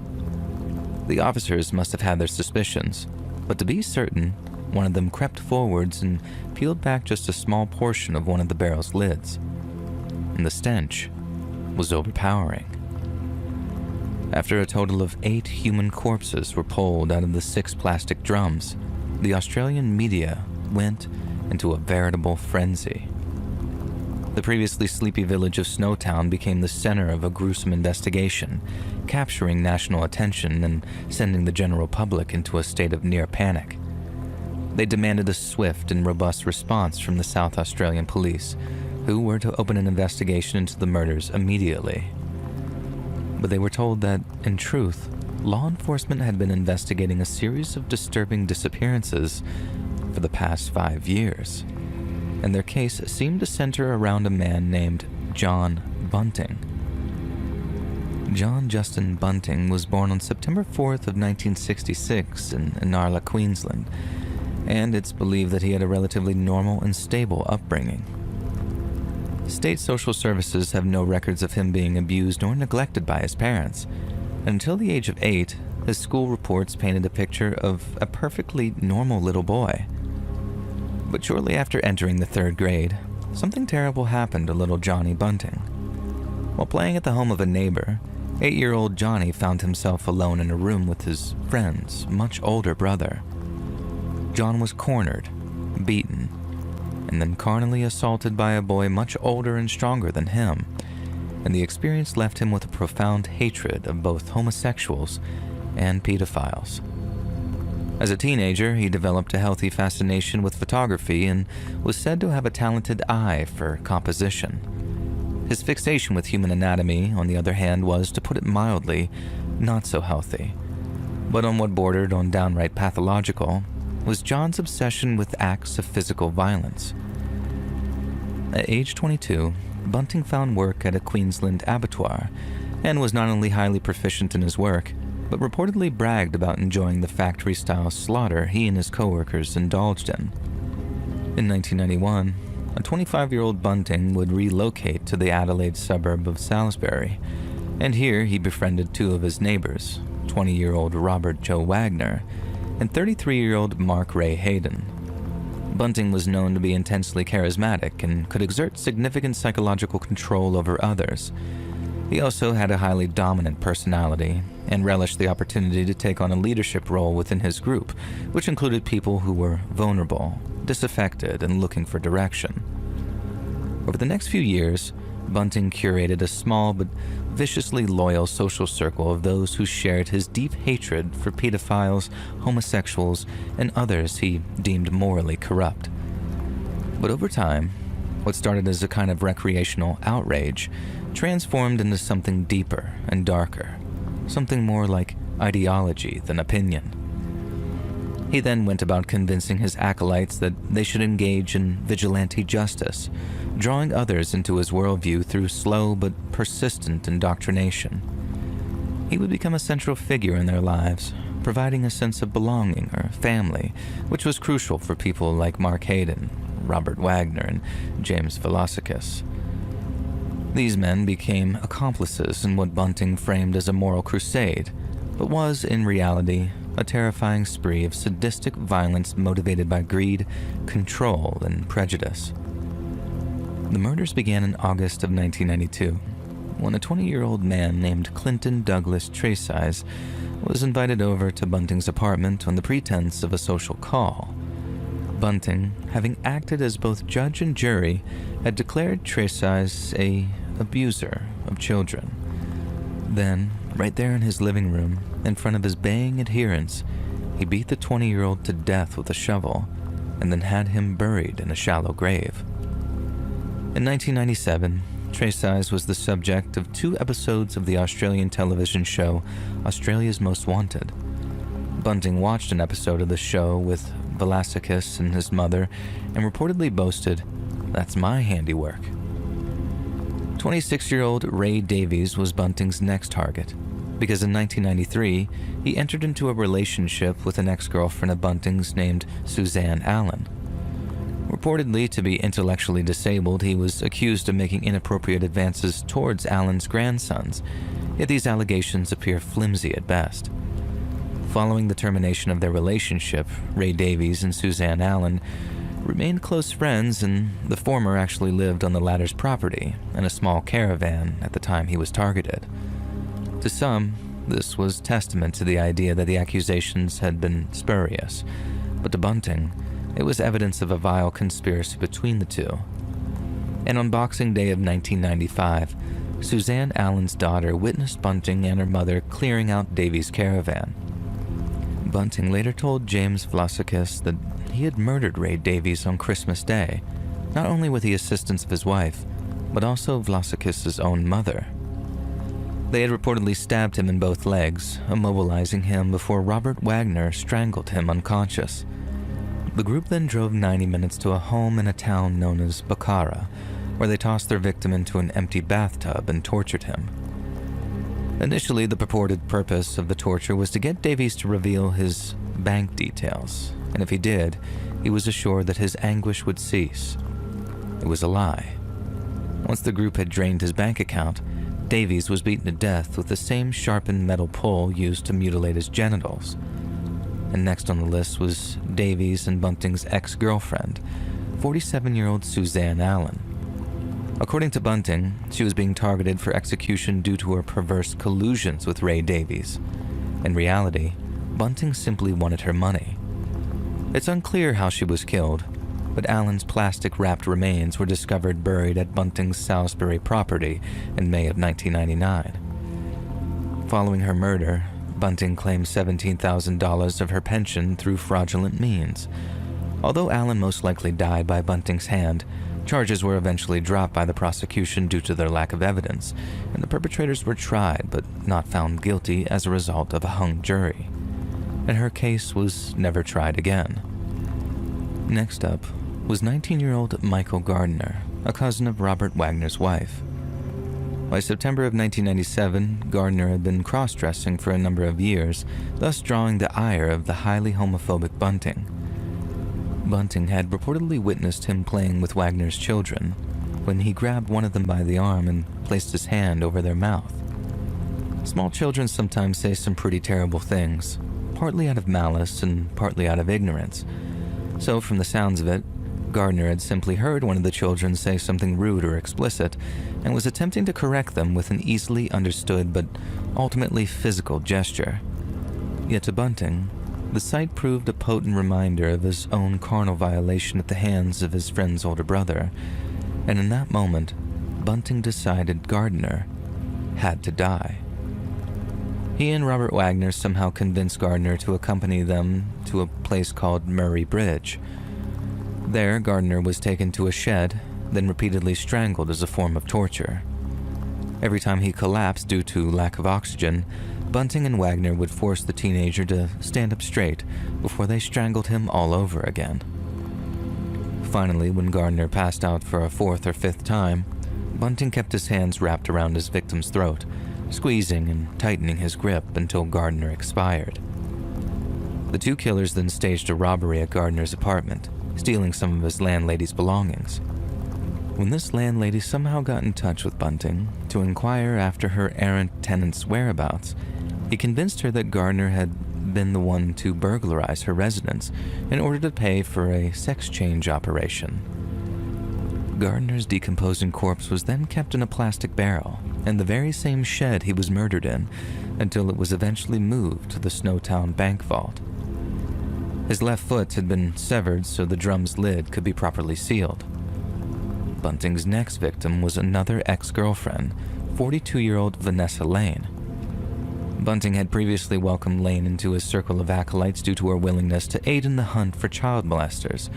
Yet ironically, her home was firebombed after she too was accused of grooming a local schoolboy.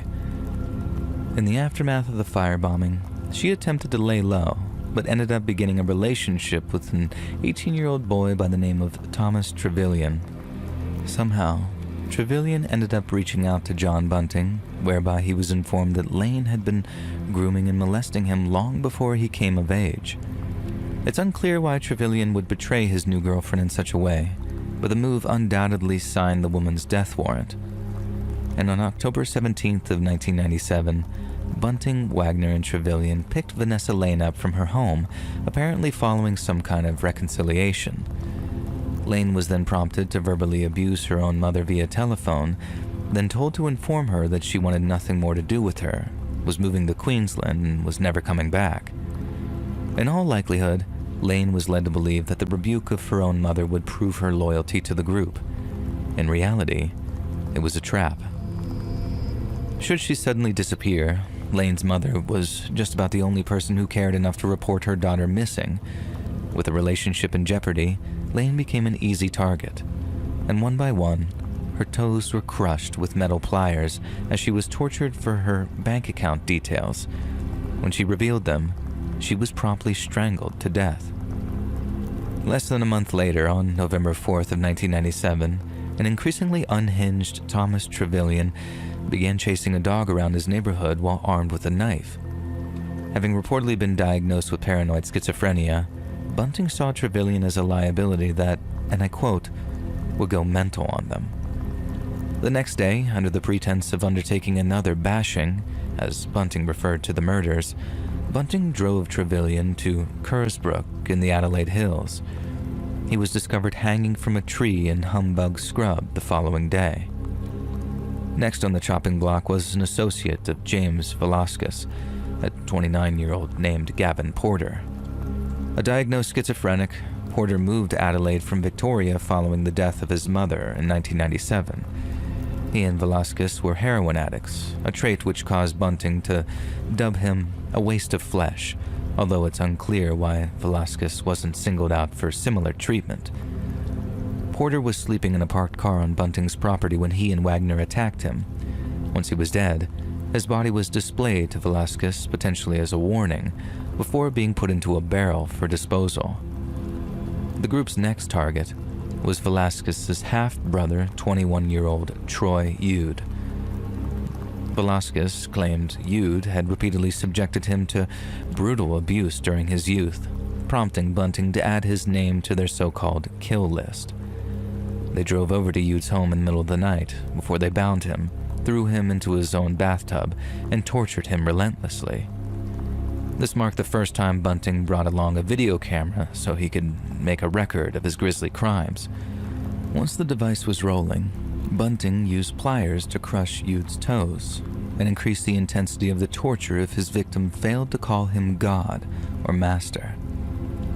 Following this period of torture in which Eude was forced to reveal sensitive financial information, he was executed by strangulation. Next up was Mark Hayden's nephew, 18-year-old Frederick Robert Brooks. Bunting became fixated on the spurious idea that Brooks had been, quote, touching up young girls, and decided that something needed to happen to him. September of 1998 saw Brooks accepted into the Australian Air Force Cadets, an occasion which Bunting, Wagner, and Velasquez claimed they wished to celebrate. Brooks was tricked into showing up in an abandoned property, a so-called party house, but all that awaited him was humiliation, torture, and death. The three men shoved lit cigarettes into his ears and his nostrils, and a lit sparkler was inserted into his urethra. A syringe was used to inject bleach into his testicles, which was wired to a variac, sending painful electrical impulses through his body. His toes were crushed by pliers before finally he choked to death on his gag. The next target was a physically and mentally disabled man, 29-year-old Gary O'Dwyer. Having discovered that O'Dwyer received sizable monthly disability payments from the Australian government, he was targeted by Bunting and his associates, who tortured him for his financial details before strangling him to death.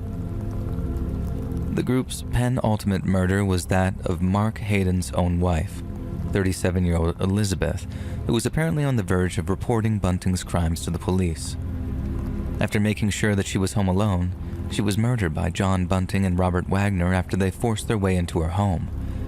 Later that day, her remains were exhibited to her husband, who merely laughed before ordering the disposal of her corpse. Ultimately, the group's final victim was James Velasquez' half-brother, 24-year-old David Johnson. Bunting despised Johnson and referred to him using homophobic slurs on account of his cleanliness and sharp appearance. On May 9th of 1999, the group tricked Johnson into driving out to the abandoned bank in Snowtown under the pretense of purchasing a cheap computer. There, he was overpowered as soon as he stepped into the building, and following his murder, Bunting and Wagner reportedly fried pieces of his flesh before eating them. For years, Bunting's crimes went completely undetected, partly because the victims were people whose disappearances did not raise immediate alarm. However, suspicions began to grow as more individuals went missing under mysterious circumstances. A break in the case when Velasquez, the youngest member of the group, confessed his involvement to the police. Being the group's only heroin addict, it's possible that he was detained following a minor legal infraction such as theft or possession of illegal substances. Then, while in custody, withdrawal symptoms would have made him a ripe target for police pressure. His detailed account of the murders and the group's methods provided investigators with the evidence needed to unravel the full extent of the crimes. Police surveillance eventually led them to Snowtown, where the plastic disposal barrels were finally uncovered. The Snowtown murders resulted in one of the most complex and expensive legal proceedings in Australian history. Bunting and Wagner were convicted of multiple murders, then sentenced to life imprisonment without the possibility of parole. James Velasquez received a reduced sentence after cooperating with authorities, but was still sentenced to life in prison with a minimum of 26 years. Mark Hayden, who played a lesser role, was convicted of assisting with the disposal of bodies and received a sentence of 25 years. The trial shed light on the group's twisted dynamics, with Bunting revealed as the manipulative ringleader who exerted an almost cult-like influence over his accomplices. The court also heard harrowing testimony regarding the suffering endured by the group's victims, painting a grim picture of the killer's utter lack of empathy as well as their boundless greed. The revelation of the murders shocked the tight-knit community of Snowtown, which had previously been known for little more than its rural charm. The town's name became synonymous with the atrocities, leading some residents to push for a charge in its name to escape the stigma. While the town remains officially named Snowtown, its reputation had been indelibly linked to the crimes. But beyond Snowtown, the case promoted broader discussions in Australia about how society treats vulnerable individuals. But ultimately, the Snowtown murders are also a stark illustration of how prejudice, greed, and manipulation can combine to create a strain of near limitless malevolence.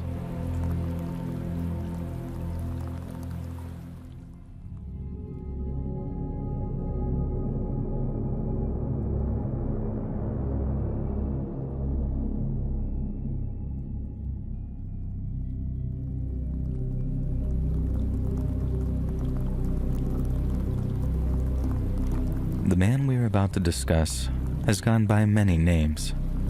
He's been known as Dr. York, Chief Black Eagle, Isa al-Hadi al-Mahdi, and even His Excellency, Dr. Malachi Kobina York. At one point in his life, our subject went so far as to adopt the title and this is a direct quote, folks, so don't hold on to your britches, Imperial Grand Potentate, the Noble Reverend Dr. Malachi Z. York, 33 degrees, 720 degrees. If you ask the man himself, he might tell you that he spent his life in the pursuit of knowledge. But the proof, it seems, is in the pudding, as despite his so-called quest for enlightenment, the man's legacy remains one of hatred, fraud, and child molestation. He might have granted himself all manner of lofty but ultimately meaningless titles, but to your infinite relief, I'll refer to him only by the name on his birth certificate. And this is the story of Dwight D. York. Throughout his life, York would claim to have been born in places such as Ghana, Baltimore, New York, or New Jersey. But according to his birth certificate, he was born on July 26th of 1945 in Boston, Massachusetts. He claimed that at age 7, he was sent to the city of Aswan in southern Egypt, where he supposedly received an Islamic education at the hands of his grandfather. Later in life, he wrote that, "My grandfather, as Sayyid Abdur Rahman al-Mahdi, the Imam of the Ansars in the Sudan until 1959 AD, upon looking into my eyes, foretold that I was the one who would possess the light." York then claimed that following his education, he returned to the United States in 1957 and, at the age of 12, settled with his family in Teaneck, New Jersey. By the late 1960s, a young Dwight York had taken to calling himself Imam Isa. He developed an interest in organizations such as the Nation of Islam and the Moorish Science Temple of America, but instead of joining one of the many pre-established black nationalist movements, he decided to found his own. After changing his name to Iman Isa Abdullah, he founded a movement that had become known as the Nuwaubian Nation, and with a handful of loyal proselytizers, he set about growing the organization among the ripe ideological seedbed of 1970s Brooklyn. Wearing green and black dashikis, York and his followers set up a bookstore specializing in black nationalist literature and would attempt to recruit those who visited. The method was an effective one, and by the end of the 1970s, York commanded a congregation of between 2,000 and 3,000 followers. Throughout the 70s, York and his acolytes imbibed a relatively simple mix of Orthodox Islam and black nationalism. However, as the 1980s rolled around, York began to preach a much different form of religion. While drawing from various religious and historical themes, he renamed his movement the Holy Seed Baptist Synagogue and unveiled a new logo featuring the six-pointed star of Judaism, the Islamic crescent, and the Ankh, an Egyptian symbol that also associated with pre-Islamic Sudan. This upset a great deal of his conservative Muslim followers, and the group began hemorrhaging adherents. But York wasn't done. He renamed the group a second time, calling it the Yamasee Native American tribe, and began teaching his followers that they were affiliated with the Muskogee Nation. He told them their ancestors had not been brought over on slave ships and had instead migrated to America during the time of Pangaea, a supercontinent that existed around 2 to 3 million years ago, which eventually separated into the continents of the present day. Naturally, this sounded nothing short of unhinged to the majority of his followers, who understood their roots were in Africa and not the Americas. And once he started changing religious ideas, the older followers became skeptical and left the group, said former follower Robert J. Rohan. That's what happened to me. He came up with an idea to move down south, apparently because he was under FBI investigation, Rohan added. But then he told us it's because we were moving to meet our spiritual parents. I guess he forgot to give us 2 explanations, and that's what made a lot of the brothers think that he was full of it. Following the announcement that the group was relocating to Georgia, York once again rebranded his organization. He changed his name to Malachi York, effective March 12, 1993, then declared his movement the United Nuwaubian Nation of Moors. A group that once numbered in their thousands now stood at just 200 to 300 strong, and ironically, York was more powerful than ever. He'd built up quite a war chest throughout the past 23 years, and due to the FBI's interest in his movement, many believed that this was done through illegal means. Yet the fact remains that York had enough capital at his disposal to purchase a 476-acre plot of land near Eatonton, Georgia, on which the compound known as Tama-Re was constructed over a period of 3 years.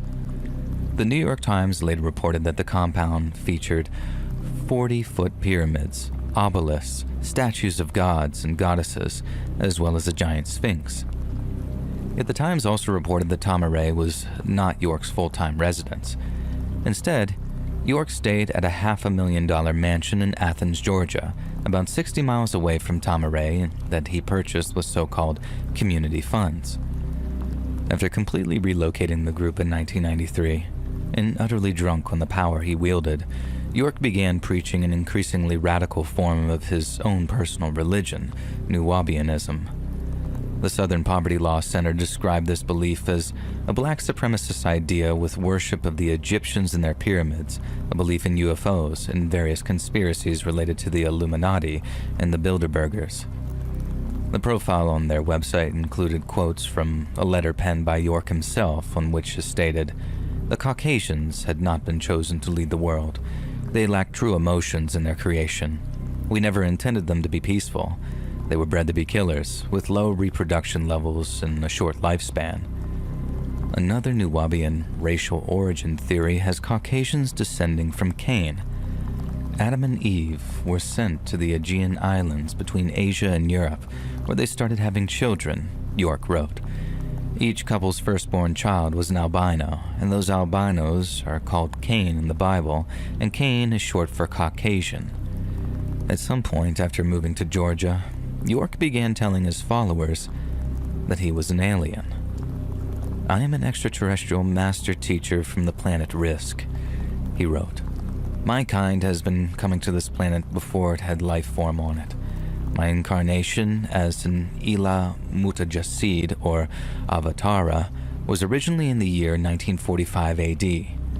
In order to get here, I traveled by one of the smaller passenger crafts called Sham, out of a mother plane called Merkaba, or Nibiru." York also informed his adherents that the so-called mother plane, or Nibiru, would launch the Crystal City, sometimes called New Jerusalem, to our solar system from its position in Orion. He claimed that this would be a 40-year process, by which the 144,000 chosen few would be transported to the planet craft Nibiru from August of 2003 to August of 2043. The chosen few would then be groomed for 1,000 years before being returned to Earth for the final battle against the Luciferians, and thus redeeming man from the 6,000-year rulership of the devil and his seed. To York's followers, his word was prophecy. Outsiders had a much simpler view. "They're a cult," said Ghazi Y. Kankan, a representative from the Council on American Islamic Relations. "They consider their leader a prophet, which means they have deviated from the Islamic way," he said. But York had not simply deviated from pre-established Islamic teachings. He had deviated from basic human decency, too. As far back as the group's days in Brooklyn, York had established strict sexual practices within the Nuwaubian community and declared that he and he alone had the right to intimate relations with the group's women and girls, including the wives and daughters of his followers.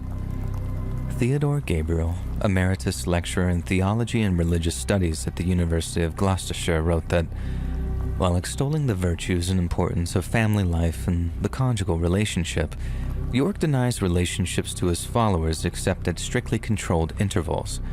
He urges his female followers to pattern themselves on the Islamic paradigms of the wife and mother, apparently desiring the creation of stable family units. But in reality, the husbands and wives are segregated in dormitories, separated also from their children. York permits spouses to cohabit only once every 3 months. They are permitted to meet in the green room prior to appointment only. Having managed to coerce his followers into allowing access to their wives and children, York's proclivities became increasingly depraved as the years went by. Many had suspected the FBI's interest in him was related to potential financial crimes, and while fraud and racketeering was indeed taking place, York was eventually arrested for something far, far worse. In 2002, following anonymous complaints that might well have come from his followers, York was arrested and charged with more than 100 counts of sexually molesting dozens of children, some as young as 4 years old. According to Bill Ozinski, who wrote a 2007 book about York in the case, when he, York, was finally indicted, state prosecutors literally had to cut back the number of counts listed from well beyond 1,000 to slightly more than 200 because they feared a jury simply wouldn't believe the magnitude of York's evil. It's believed to be the nation's largest child abuse prosecution ever directed at a single person in terms of number of victims and number of alleged criminal acts. Following his arrest in 2003, York attempted to negotiate a plea bargain with the federal government. The letter to the case's presiding judge read as follows: "Your Honor, with all due respect to your government, your nation, and your court, we, the indigenous people of this land, have our own rights, accepted sovereignty, our own governments. We are a sovereign people, Yamasee, Native American Creeks, Seminole, Washita Mound Builders. All I'm asking is that the court recognize that I am an indigenous person. Your court does not have jurisdiction over me. I should be transferred to the Moores Cherokee Council Court, in which I will get a trial by juries of my peers, and I cannot get a fair trial, Your Honor, if I'm being tried by the settlers or the Confederates. I have to be tried by Native Americans. As a Native American, that's my inalienable rights, and it's on record." Since York's appeal was grounded in his belief that he was indigenous to North America, the judge promptly rejected the appeal. York was then convicted of transporting minors across state lines for the purposes of molestation, as well as racketeering and financial reporting violations, then sentenced to 135 years in prison. York's followers assert a number of defenses, including that their leader, Malachi Z. York, who was charged and convicted, is not the same person as the Dwight D. York, who is listed in court documents as the defendant. Others say that York was set up by his son Jacob in coordination with Al-Qaeda-linked American Moss, who were jealous of York's influence among African-American Muslims.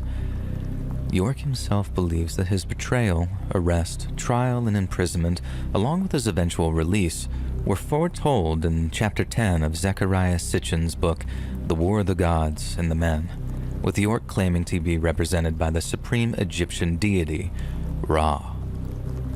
York's followers then said that since 1999, York has been the Consul General of Monrovia, Liberia, under the appointment of then-President Charles Taylor. They argued that he should be given diplomatic immunity from prosecution and extradited as a persona non grata to Liberia, but both American and Liberian officials have rejected this claim. As of 2024, Dwight York is serving his sentence at the United States Penitentiary Administrative Maximum Facility in Florence, Colorado. He is inmate number 17911-054 in solitary confinement for 23 hours a day with a projected release date of July 12th of the year 2120. If Dr. York, or Chief Black Eagle, or whatever he wants to call himself, is indeed an intergalactic educator from a distant planet, then maybe he'll survive long enough to see that release date. If not, and he proves to be a mere mortal, then he'll die where a man of his character belongs, cold, alone, and far away from the innocent.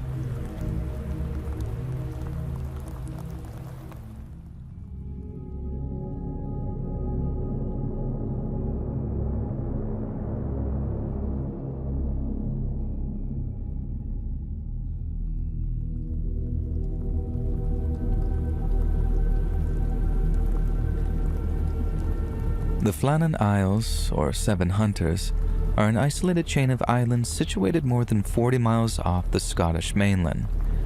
These uninhabited islands, which stand proud among the unforgiving North Atlantic, are accessible only by private boat or rare tours, with their harsh weather and rugged cliffs deterring all but the hardiest of visitors. The largest of these far-flung islands is known as Eilean Moor, and is known to naturalists as being a sanctuary for seabirds such as the Atlantic puffin, the black-legged kittiwake, and the European shag. It was also the site of one of the most perplexing and haunting mysteries of the 20th century. The Flannan Isles lighthouse was constructed on Eilean Moor between the years of 1895 and 1899, with the purpose of guiding ships through the treacherous waters of the North Atlantic. Designed by David Allen Stevenson and standing at 75 feet tall, the lighthouse represented a significant feat of engineering, and its construction, amidst harsh winds and unforgiving seas, could in itself be considered an immense achievement. It was first lit on December 7th of 1899, with 3 full-time lighthouse keepers being appointed: James Duckett, Thomas Marshall, and a man named William Ross. However, during the winter of 1899, Mr. Ross came down with a rather debilitating illness and was temporarily replaced by a man named Donald MacArthur. The keeper's daily routine included maintaining the lighthouse, ensuring the light was operational, and logging weather conditions in addition to any notable events. They were trusted to be reliable and punctual in their routine, and for more than a year, they were. But on December 15th of the year 1900, entries in the logbook suddenly and inexplicably ceased. 3 days later, on December 18th, a steamer sailing from Philadelphia to Scotland reported that Flannan Lighthouse had gone dark. The report was not immediately acted upon due to severe weather conditions, which delayed any investigation until December 26th, when a lighthouse relief vessel could finally be dispatched to the island. Upon arrival, the crew of the relief vessel expected some kind of mechanical problem, but after making their way to the almost 100-foot tall monolith, they found it completely abandoned. The entrance gate and the main door were closed, the beds were unmade, and the lighthouse's clock had stopped. Inside the kitchen, a meal had been laid out, but not eaten, and 1 set of oilskins was missing, suggesting at least 1 keeper had gone outside for some reason. There were no signs of struggle or violence, just an eerie silence, and the enduring question of just what in the hell happened to our 3 lighthouse keepers. One of the most widely accepted explanations is that while securing equipment on the notoriously perilous West Landing, the keepers were caught by a massive freak wave, which washed all 3 from the island in one fell swoop. Evidence which points to this include bent iron railings, a displaced rock, and scattered supplies, indicating a sudden storm of significant force struck the island, catching the keepers unprepared. Despite no such storm being recorded elsewhere, and thus casting a great deal of doubt on such a theory, weather patterns on the region can be unpredictable. It's therefore very possible a rogue wave or freak storm hit an isolated area around the lighthouse and swept the doomed lighthouse keepers from the island. Another theory suggested a violent, potentially deadly altercation between the lighthouse keepers, one that ended in a fatal accident or perhaps even murder. Donald MacArthur was known to have a volatile personality and might well have instigated some kind of physical confrontation. Additionally, the isolation of lighthouse duties can strain relationships, leading to heightened tension. Yet the lack of any signs of a scuffle or violence in the lighthouse makes this theory less plausible unless the conflict occurred outside, whereby evidence could be washed away by the sea. The isolation and history of the Flannan Isles, once a place of pagan worship, have fueled supernatural theories. Local folklore speaks of spirits or so-called fairy storms that could have whisked the men away. However, this is more folklore than fact, but has been popularized in various cultural representations like poems and songs. The Flannan Isles do indeed have a rich tapestry of myth and legend, including tales of sea monsters and ancient gods. Yet while these stories enhance the mystery's allure, they offer no plausible explanation to those grounded in logic and reason. More improbable theories include abduction by foreign agents, or the keepers choosing to escape their secluded lives in what might be called voluntary disappearances. While such theories are intriguing, they are largely unsupported by evidence and lean heavily into the realm of speculation. Though highly unlikely due to the logistics of such an operation on a remote island, the idea of abduction might entertain those who enjoy spy thrillers, but no geopolitical context or motive supports this theory. As for escape, the men have no apparent reason to abandon their posts and lives, and this comes after extensive testimony from friends and family. Another practical explanation suggests that one keeper went out to check on or secure supplies, and the others followed in an attempt to warn him against it. Then, after falling into the sea somehow, the keepers attempted to rescue their drowning comrade and were taken by the seas in turn. This theory accounts for the missing oilskins, yet it doesn't explain why all three went out in bad weather. Perhaps one keeper noticed something amiss with the external equipment, prompting him to exit the lighthouse, and given the camaraderie among lighthouse keepers, it's conceivable the others would follow to assist, only to be overwhelmed by unexpected weather. Britain's Northern Lighthouse Board conducted an official inquiry, concluding that in all likelihood, the keepers had likely swept away out to sea during a storm and drowned. However, the lack of concrete evidence fueled a great deal of morbid speculation among the general public. Superintendent Robert Muirhead, who claimed to have known the keepers personally, visited the lighthouse in the aftermath of their disappearance.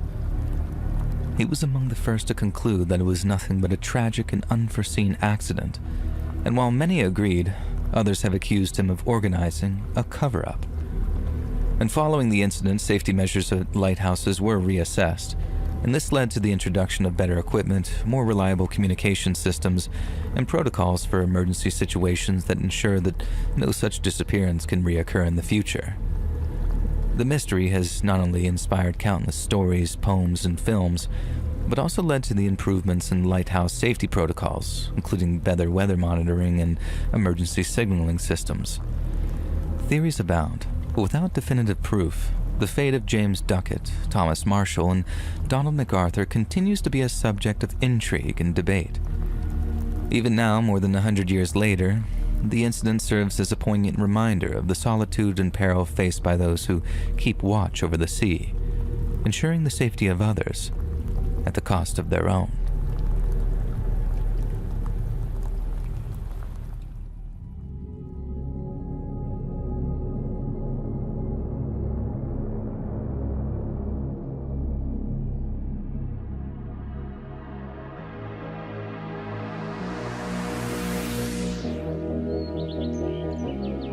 Hey friends, thanks for listening. Click that notification bell to be alerted of all future narrations. I release new videos on YouTube every Monday and Thursday at 9 p.m. EST, and there are super fun live streams on Sundays and Wednesday nights. And if you got a story, be sure to submit them over my email, letsreadsubmissions@gmail.com, and you might even hear your story featured on the next video. And if you want to support me even more, grab early access to all future narrations and bonus content over on Patreon, or click the big join button here on YouTube to hear about the extra perks for members of the channel. And check out the Let's Read podcast, where you can hear all of these stories and big compilations located anywhere you listen to podcasts. All of these links are down below. Thank you so much, friends, and I'll see you again soon.